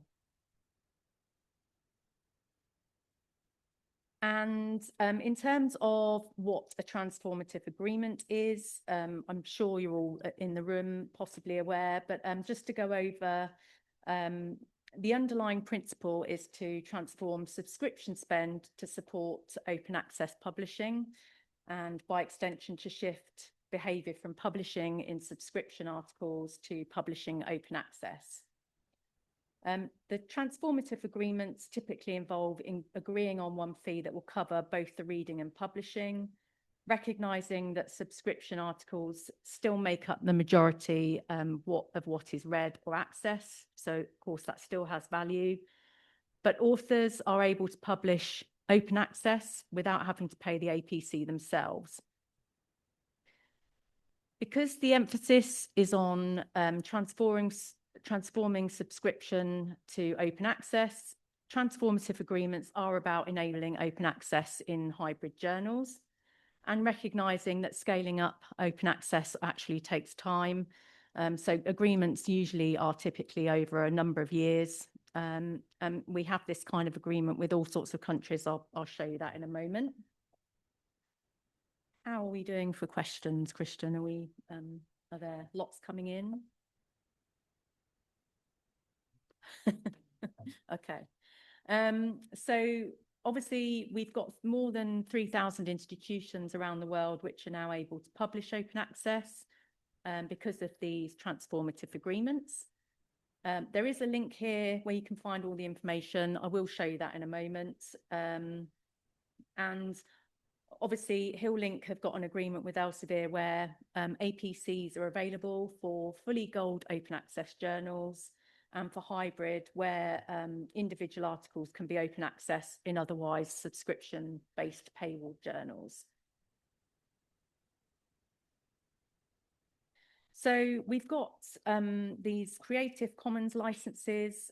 So just to explain a bit more about those, if you choose to go with open access, that model of publishing, you can choose from these Creative Commons licenses. So we've got CC BY or CC BY NC ND stroke CC BY NC. All that information is on that slide. It's always your decision to choose which license you actually choose. So you can obviously check with your funder and your institution if there are any particular requirements. They're really important. But the first option you'll see on screen is very open. Obviously, this is where the license lets others distribute your work, build upon it, but as long as they credit you for the original creation. And then the second option here you'll see on screen, the difference here is that that whoever uses your work can't change your work in any way or use them commercially. So you do have that restriction there. Obviously, as long as they credit you, but they can't change your works in any way. So I am going to show you this shortly, so I'm going to skip over this, but a great place to investigate journals is by using the Elsevier website, which is the journal finding, journal matching tool. What you'll simply do is copy your title and abstracts into the field that you see there on screen. Hopefully it's a bit difficult to see, but it will then provide you with recommendations of which journals are looking for that particular area in the research topic that you're looking at.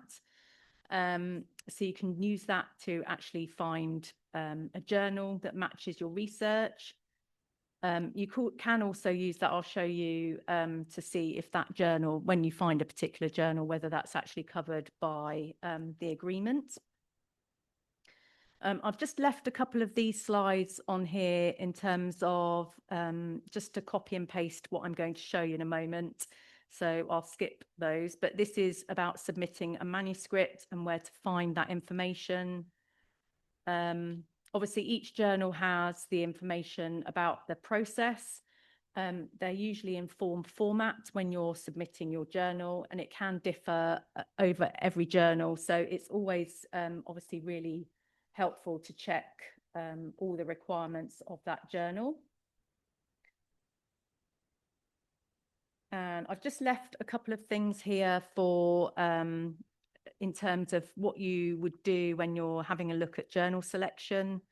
So these are just some of the questions that you might want to ask before you actually start looking for a particular journal. I won't read out those here, but just wanted to show you this, which is really important as far as I'm concerned, and I will keep banging this drum every time I do a session. But it's really, really imperative that each journal has a guide for authors with specific details on how to prepare your manuscript.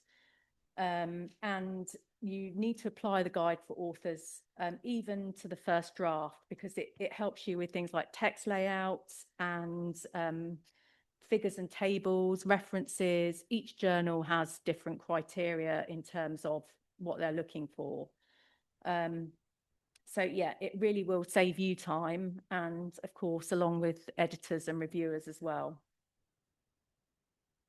So these slides will be available after the session. I will just end my slideshow here because I want to get to the most important part. Let me just hope that that hasn't.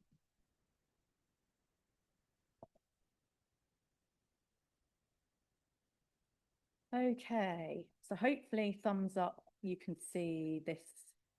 Try and hover it over somewhere, but not quite in the way. Yeah, okay. So these are, I'll share all the links afterwards as well, but these are all the agreements that we have with Elsevier. You can have a look yourself if you're interested. You can have a look to see the agreements that we've got, and I'll just click on the one we've got with HealLink. So this is where you can see all the information about the agreement. So it will give you an introduction, how the process works. So you will get a step-by-step guide with the process here. But obviously I'll show you a video shortly to show you how that happens. It will also look at what institutions are covered by that particular agreement. So you can click on Find Participating Institutions if you want to just check if your institution is covered. And then you can also find out what journals are covered or included in this agreement, which I will go back to in a moment. And then obviously it provides information about benefits of publishing open access, and some frequently asked questions if you're stuck. Obviously, it goes on about the licenses options here, and also corresponding author information and so on. So let me just go to, I'll go to Journal Finder first. So this is what I was talking about just now. Let me just, the screen's quite busy. Let me just come out a bit. So this is where you can actually look to find a journal that you want to find a particular journal based on your research. So if you've got an abstract already, you can copy and paste it into this bar here, or you can actually search by keywords or aims and scope or a journal title. So if you have got anything in mind, you haven't quite started writing yet, but let me just put in, I'm just going to use diabetes as a keyword.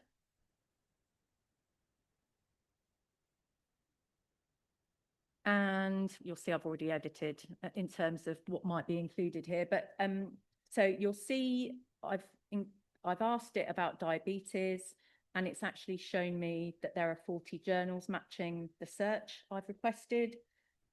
So these are all the journals that are listed under that particular research area. So you have information on impact factor for each journal, also site score, and it will give you a bit of information about submission to first decision and acceptance to publication. It will give you a bit of information. Obviously, these differ quite variably, can take months or days. So yeah, good to check that when you're having a look at what journal to publish in. Also, it will tell you whether it's open access or subscription. And you can, of course, filter on the left-hand side and choose which one. If you just want to look at open access, then of course you can filter by using that. You can also look by impact factor and site score, And you can also look by time to first decision and acceptance. And then what you can actually do from here is visit the journal page directly, or if you're ready to submit your paper, you can just click on that link and have a look there. But I'm just going to go to another way to find journals. Also, I should just say here, at the top, you'll see there's an open access agreement blue bar. And what you can actually do is find out if your institution, it will say as a corresponding author affiliated with that particular institution, you can publish open access in many journals at a reduced or no cost to you. So obviously check with HillLink in terms of what access you have, but of course you can type in any institution. So I'm just going to use University of Macedonia.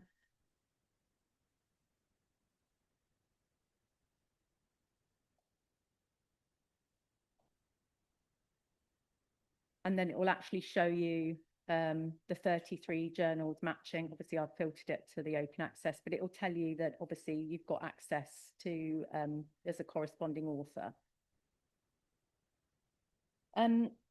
So that's that tool. And then I just wanted to show you, this is ScienceDirect, old ScienceDirect, original ScienceDirect.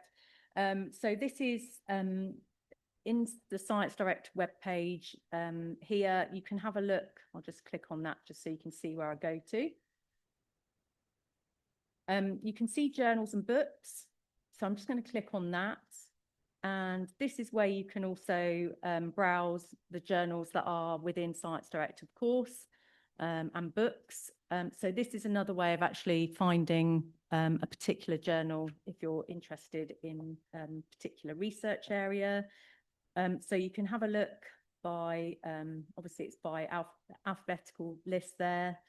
And then you can look in subject areas. So you can choose a particular subject area.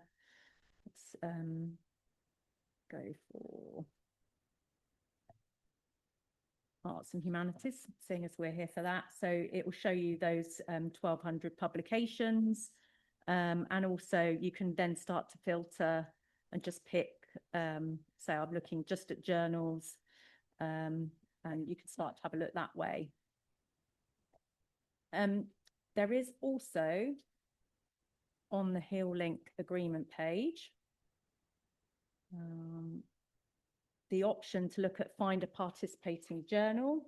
And this will actually give you information on the journals that are actually included in this agreement by title or subject area. You can just click on search and it'll provide the full list.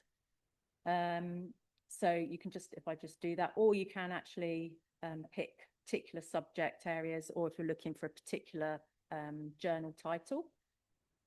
If I just click on search, it'll actually bring up all the participating journals in the agreement. So you can look for it that way, of course, a bit of a long-winded way to look. But that's another way to find what journals are included. So I'm just going to click on this top one here. So this is what I just wanted to show you in terms of when you're actually submitting your article.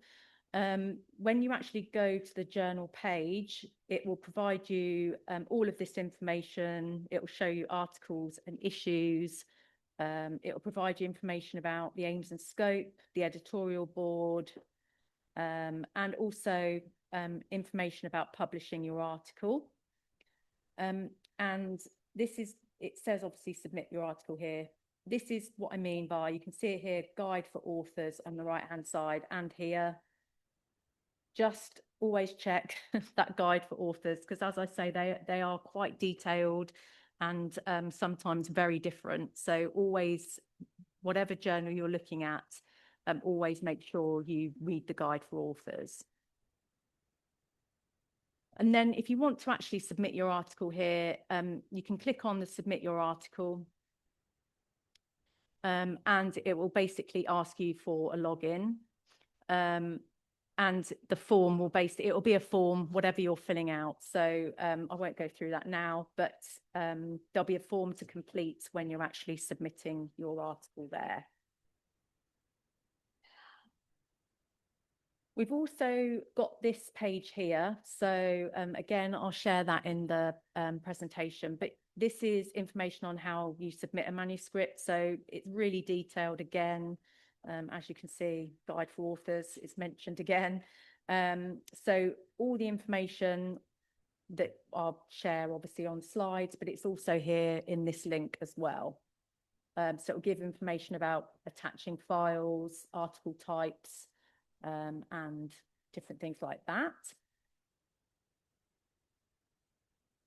And then I think in terms of what I can show you, obviously I'm going to show the video to you today. So this is actually about using the Elsevier open access platform and how to use it. Obviously, when you're submitting your article here, if you can, just to say, in terms of authors, if you can add any information about HillLink supporting your APC funding in an acknowledgement, that really does help HillLink to track for their evaluations. So yeah, if you can obviously pop that in your acknowledgement when you're submitting your article, that would be fab. I'm just going to play this video for everyone. Hopefully it works. So before I play, if there's anyone online and there's an issue, if you can just pop me a hand up if you can't hear it or see it, that would be great. But otherwise, I shall remain quiet for a moment.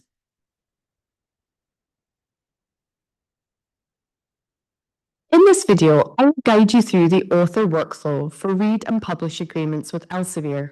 Elsevier has partnered with academic institutions and consortia around the world to support authors who wish to publish open access. Under a read and publish agreement, the cost of publishing open access is covered. Eligible corresponding authors do not have to pay an article publishing charge, or APC.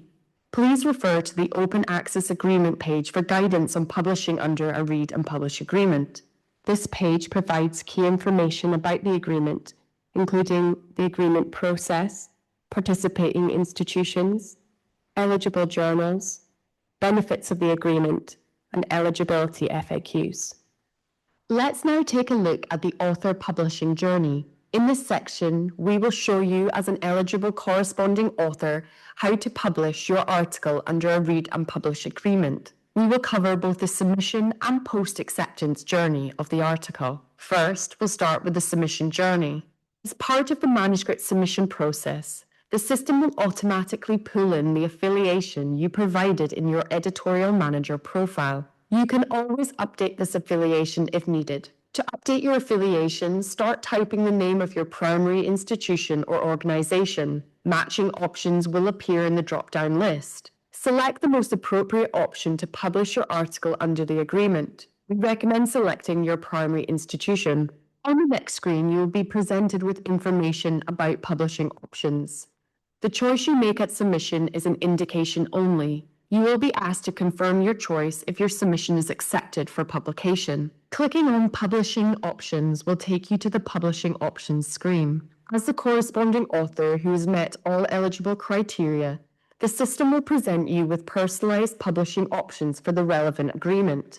Once your article is submitted, it will be assigned to an editor and will then progress through the editorial and peer review process. The journal will keep you informed of any editorial decisions. Upon acceptance of your article for publication, you will receive an email from the journal requesting you to complete the post-acceptance publishing journey. Clicking on the link to the Rights and Access form in the email will take you to the login page. You will need to sign in with your Elsevier profile login credentials. If you have provided your affiliation during submission, it will be auto-populated here. Clicking on Save and Continue will move you to the co-author section. If you have already provided the co-author affiliations during submission, they will be auto-populated here. If there are no co-authors, you can select No and then click Save and Continue.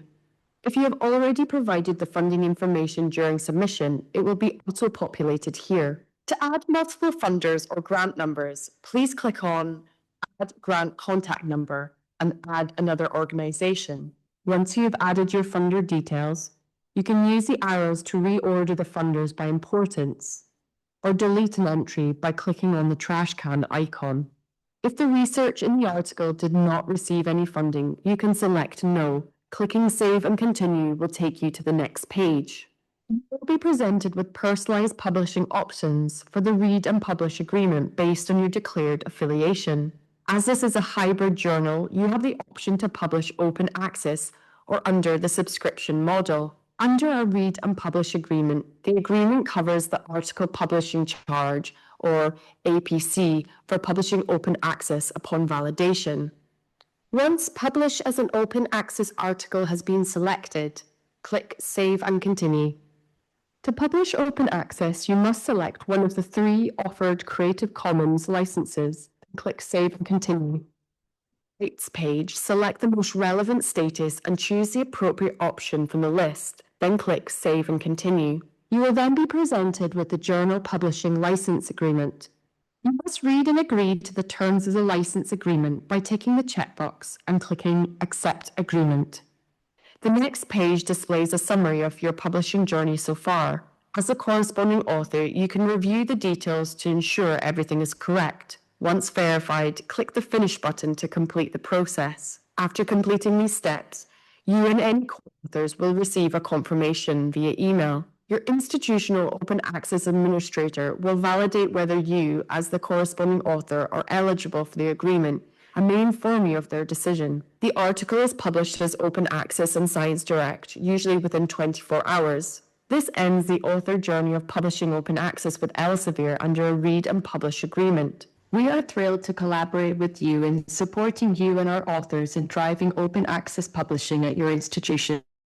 We look forward to making our agreement a success. Please visit the Journal Article Publishing Support Centre should you require further information.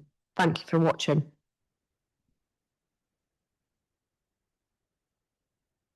Okay, hopefully that made sense. That's the end of my part of the presentation. I'm going to hand over to Christian in a minute. I can see lots of different questions in the chat, and let's have a look. What happens if we choose to publish open access and the APCs are not covered by HealLink? There'll always be the option to, I appreciate this is a tricky situation, but when you're actually, obviously you have to go through the whole submission process before you get to the APC. Obviously, if there are any APCs left, then great, but if they're not, then you always have the option to publish subscription model, because obviously you've got that option with the hybrid journals.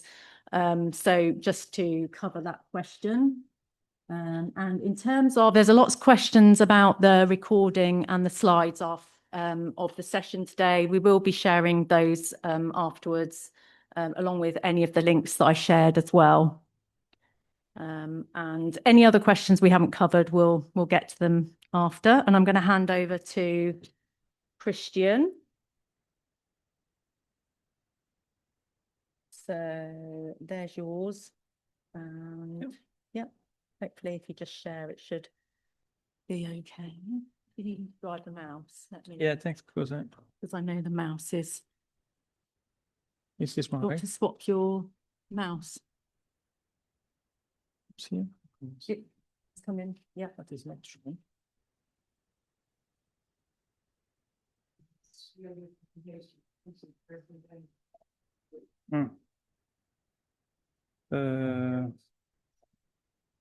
Where? On Zoom. So if you click on Zoom for a moment, yeah, and then click on there, yeah. And then it's this one here. Yeah.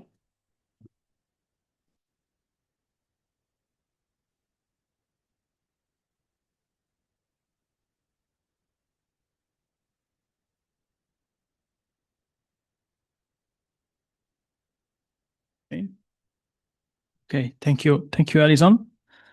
So for the rest of the talk of today, I will illustrate a little bit how it is going for Greece.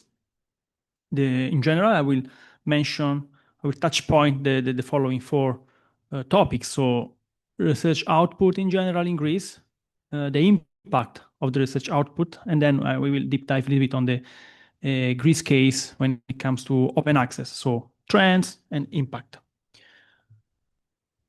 Research output in Greece. Well, we can see that in the last 4 years, the publication have been around 120,000. Number of citation per publication is quite high. So even if we compare with other countries, and we will check in a while, we can see that we have 9 citations per publication. So research activity is strong, is focused, concentrated in medicine, engineering, and computer science, followed by social science and life science. And this is showing a well-balanced national research. If we want to compare this behavior, especially when it comes to quality of the research with other countries, we can see that in the last 6 years, the publication of Greece have been obtained a lot of citations. And if you look at this chart on the left side, on the y-axis, you have the number of publication in journal percentiles. So the higher it is, the higher is the impact in terms of citation of the set of publication. And we are comparing again Greece against Israel, Spain, Italy, and Portugal. And we can see that despite the size of this ball is small compared to the others, or smaller, except for Israel maybe, the impact is very high. What we have in the x-axis is the field-weighted citation impact. So I will not go into too much in detail of about this metric, but it's basically a citation impact, which is weighted by subject area and number of publication. So with this metric, you can compare publication in medicine with publication in mathematics or physics.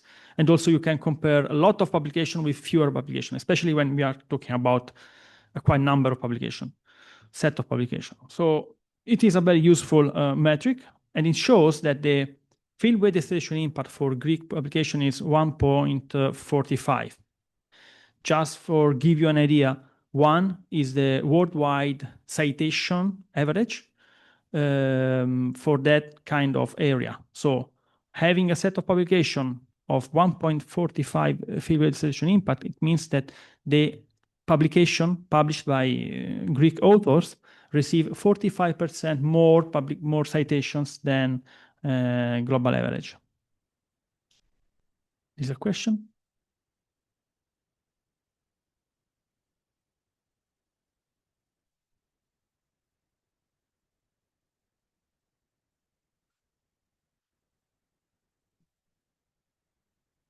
Okay. Yeah.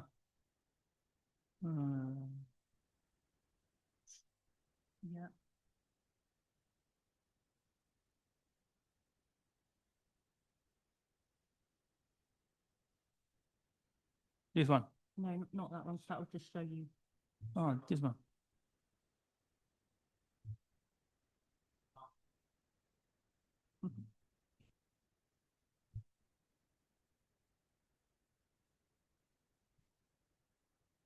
It's better now. Okay, thank you. And sorry for this.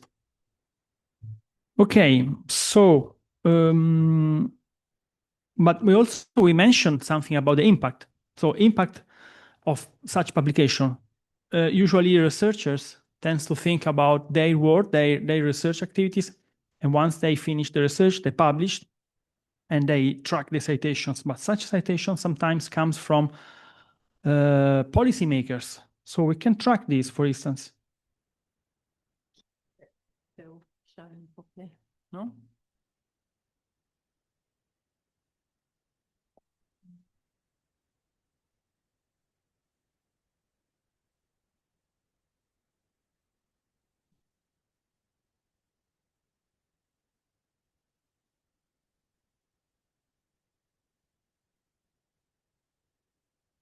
there.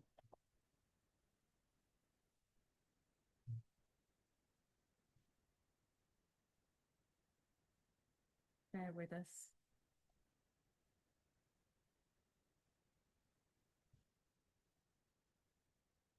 Maybe screen two. Let's try.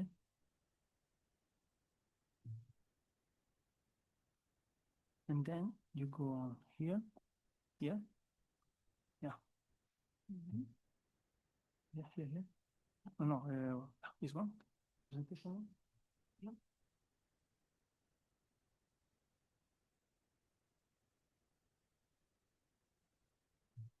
Is it working now?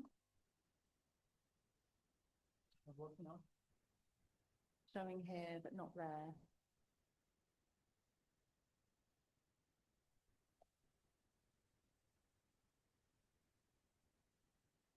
Sorry, people online. Okay, can you, if someone could give me a thumbs up, just to say that they can see the presentation, the screen, just the policy impact screen now. That means no. CSIS will come and sort it for us, I'm sure. Who's in presenter?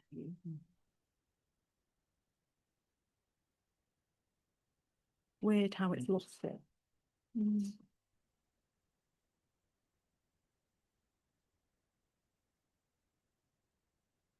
Try that one. Would it be that one?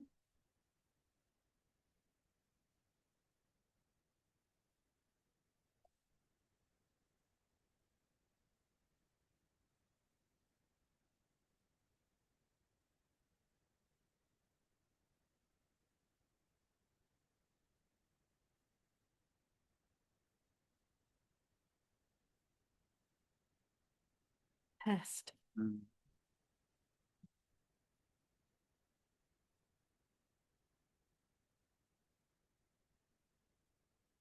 But it's like If it's showing online.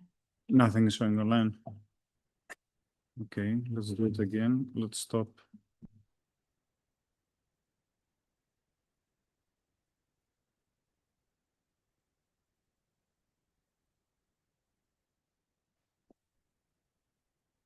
It was working, obviously, before. Yeah, it was working.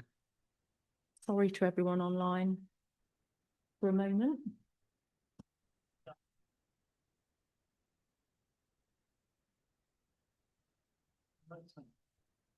looks fine. Yeah. Now from Presentation. did from current slide, it disappeared. No. I mean, we could keep it at this view, I guess. But...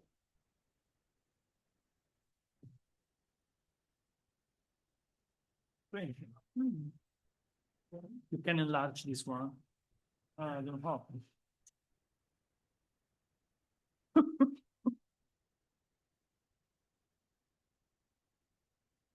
The joys of technology. Yeah.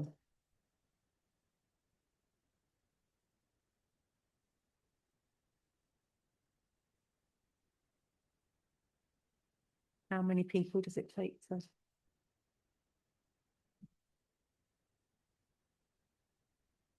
You see? You Yeah. I mean, I can see it up there. And that looks like it might be working on that one, is it? Yeah, that's a bit. But then, yeah. Oh Yeah. no, it's working. There you go. Yeah, no, I don't read it. Okay, thank you. Thank you very much. Sorry for the technical issue. I think you didn't see anything about what I said about. Let me go back a little bit very quickly. So, yeah. Okay. So this was the research output areas, concentration, and we are talking about policy impact. So, as we were saying, so give me just 1 second because I see you have another slide. Okay, it's low. Okay, so Greek research is not only academically influential, but also impactful at the policy level.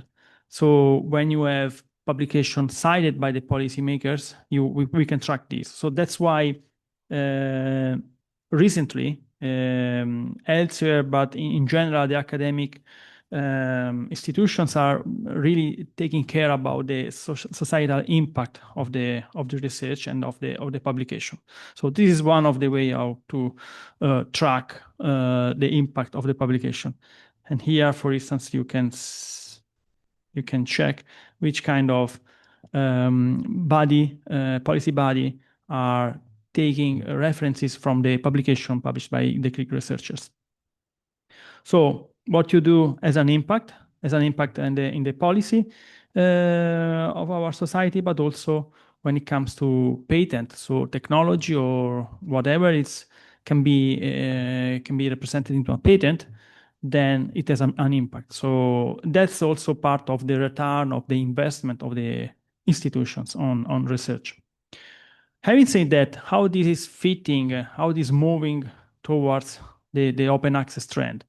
Well, we can track, of course, how it is going for Greece. And as you can see from this slide, we have a chart on the left with the number of publications which are co-authored by researchers coming from affiliated by Greek institutions. As you can see, from 2022 and 2023, the number of publications were mainly in subscription. So in the blue, dark blue, you have subscription content, which is under paywall. So everybody worldwide can read this content if they pay a fee. Hybrid open access content is the content which is under the agreement of e-link, which is published open and visible to anybody worldwide. So the agreement started in 2025. As you can see, the first year already, big part of publication have been published in open access. There is still a part of publication which is in subscription, but that's quite normal. So we will see in a while that also for other countries this happen, but the trend is always to increase the open access content. On the right side of this slide, you can see the contribution by institution, which is typically related to the size of the institution. But it's important to see that it's very spread among all the institutions. When it comes to research areas, we have some differences. So the open access adoption varies by disciplines. Fields such as medicine, life science, environmental science show a particularly high open access trend. But this is something that is changing, of course, depending on the country, the fundings also, but also it depends on the stage of the agreement. So we are at the second year of the agreement, and we would like to encourage everyone to make use of the agreement because it's important to make use of these big initiatives of the e-link. And our aim is to increase this open access uptake across all the research areas. Another important point is the licensing. So Alison already anticipated the different kind of models, open access models and licenses. Let's see how it is evolving together with the agreement. So in this chart, you can see the three different open access licensing: CC-BY, CC-BY-NC, and CC-BY-NC-ND. So in the CC-BY, credit must be given to the creator. So it is what we call the full open access, sorry, not full, but completely open access content. So it can be used for any reasons. Then you have the CC-BY-NC, so the credit must be given by the author, but not derivatives, or application of the work are permitted. This means that, for instance, you cannot, you can spread this information, this article as it is, or this part of the article as it is, so cannot be modified. And then there is the CCBY and CND. That's also, there is a limitation for the commercial use of this kind of content. As you can see, starting from 2002, the licensing mode is changing together with the agreement, which is in place. And there is still part of CCBY, NC, and ND component. But if you can see already in the beginning of 2026, so regarding data of 2026, they are partial, so they are referring only to January and part of February, so we cannot really estimate. But for 2025, we already can see that the majority of the open access content is CCBY, so it's really open to everyone. I would like now to make a step back because we mentioned before that the transition to an open access framework takes time. And we have a comparison with other countries. So in this case, we have France, Greece, Portugal, Italy. And we can see that, for instance, in France, after the third year of the chart that you see in the top left, they started with a new read and publish agreement, and it takes time to increase the quota for the open access part component. Same like Greece. Again, the last pillar of this chart is 2026, so maybe it's not relevant to take it into account. What I would like to show is, for instance, Portugal, which is an interesting case because they started the first year with a 31% of publication in open access, in subscription, and 69% in open access. And during the years, the quota of open access is increasing a lot. Last year, 2025, it was 88%. So, and it looks like we may have a same trend for Greece. We can also check the open access uptake per institution. Again, this is also a very interesting chart because we can realize where we need to, or we can do more. So I would really encourage every one of you to make use of this opportunity. We saw the impact of research activities in general for Greek researchers was about the impact of the open access resources. So we put on a chart the publication which have been published in open access, and in particular the one that are hybrid open access, and then the subscription content.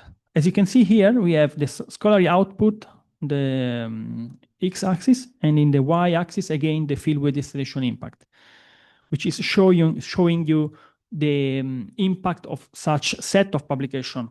And not surprisingly, the impact of the hybrid open access one is higher. It's much higher, by the way, than the one in subscription. And that's quite understandable because once a publication is in open access, it's more visible, then it's more citable from the research community. So that's maybe another element for you to consider to publish in open access and to make use of the agreement.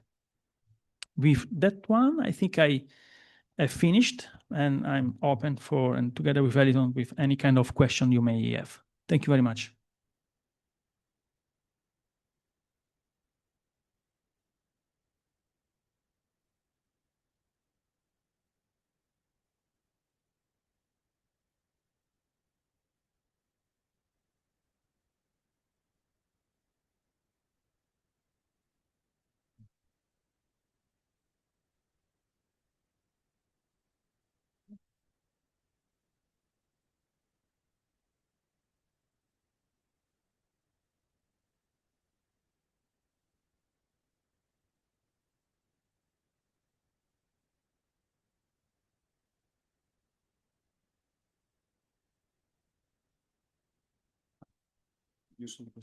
Yeah, we are looking at the question in the chat.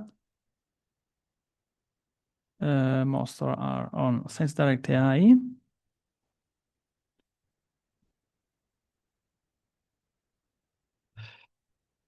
So maybe we can answer some of the question in the chat. Huh?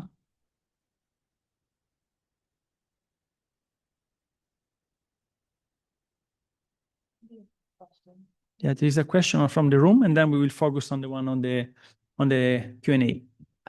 Actually, it's a comment, not a question, that has to do with a shift from subscription to open access in Greece. I don't know if you want to go to your presentation to the slide where you were mentioning the 4 countries from the south. Here, yeah. Well, France is not actually in the south, but yeah. I just need to comment on that it's really amazing for Greece, the shift from the subscribed material to open access material, from subscriptions, from publications behind paywall to open access publications. And I think that this happened gradually. So that means that we are in a safe environment. We're making safe choices to follow up the open access trend in Greece. I don't know, something.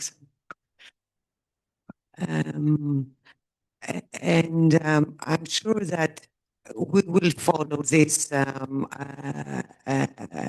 the future. We will follow up this because in most of our publications, in most of our agreements, we cover hybrid publications, but from this year with Elsevier, we managed to secure an investment for gold publications, and this is important for us to also invest in gold publications. Yeah, definitely. I think the trends looks good for Greece. Also looking at other countries, the transition is not trivial. It's a big transition. Researchers need to get used about how to publish in open access.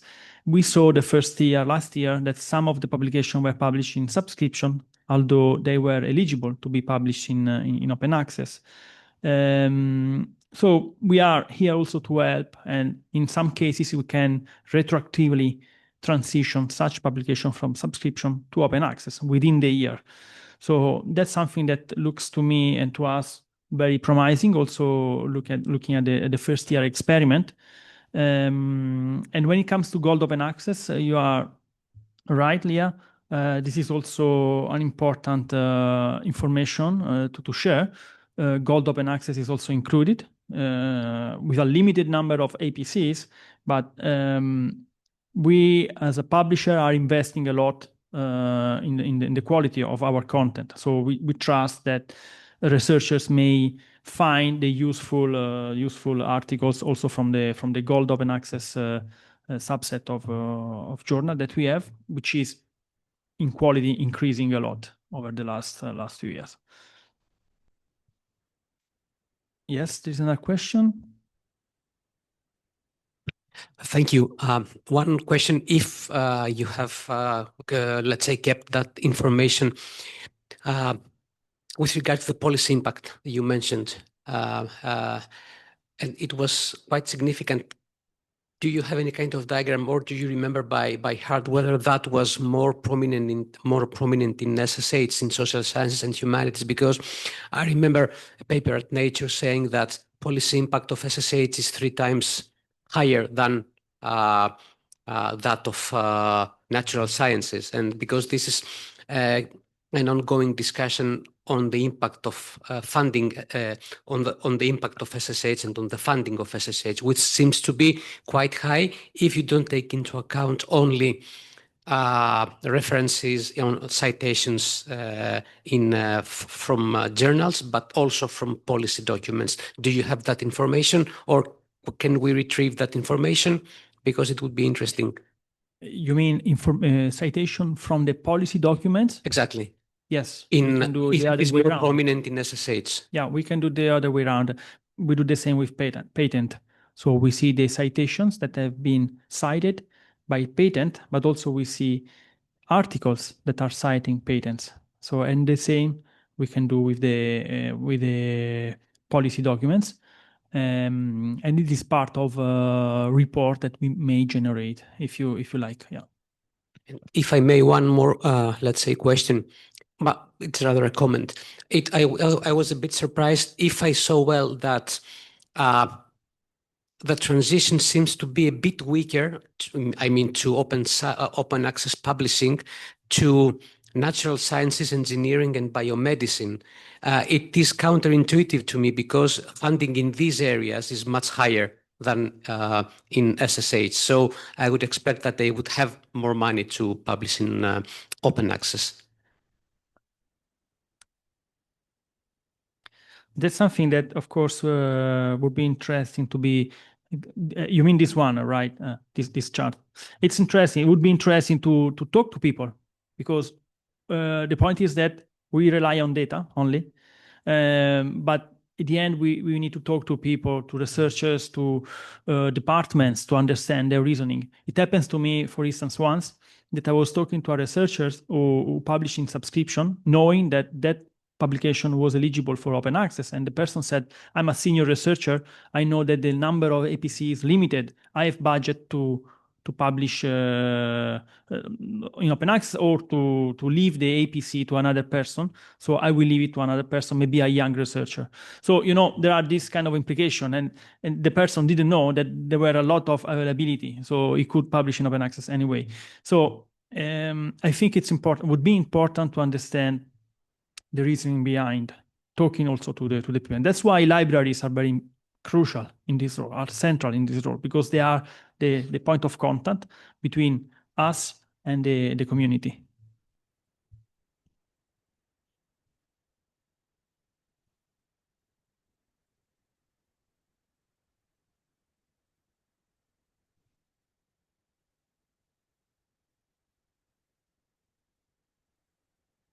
There is a question in the chat, in the Q&A. Publishing with CC license means that we allow the model to use our article for their training. Are there any provisions from the part of Elsevier? That's a very interesting question. Yes, as we said today in the morning, we don't train our algorithm. But yes, in principle, everything which is CC BY then can be used for training. Exactly, that's the point. Exactly the point. To not be used should be CC BY non-commercial.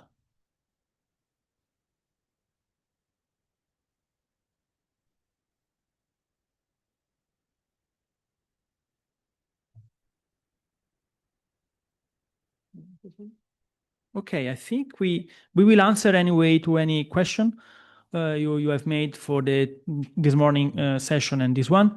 We will share the presentation and the recording. I would like to thank you for this availability again and for your invitation. And I hope it was useful to all of you. Thank you very much and have a good day.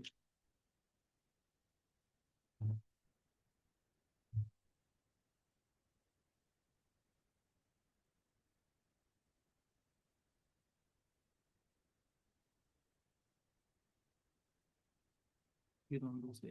No, because everything's in...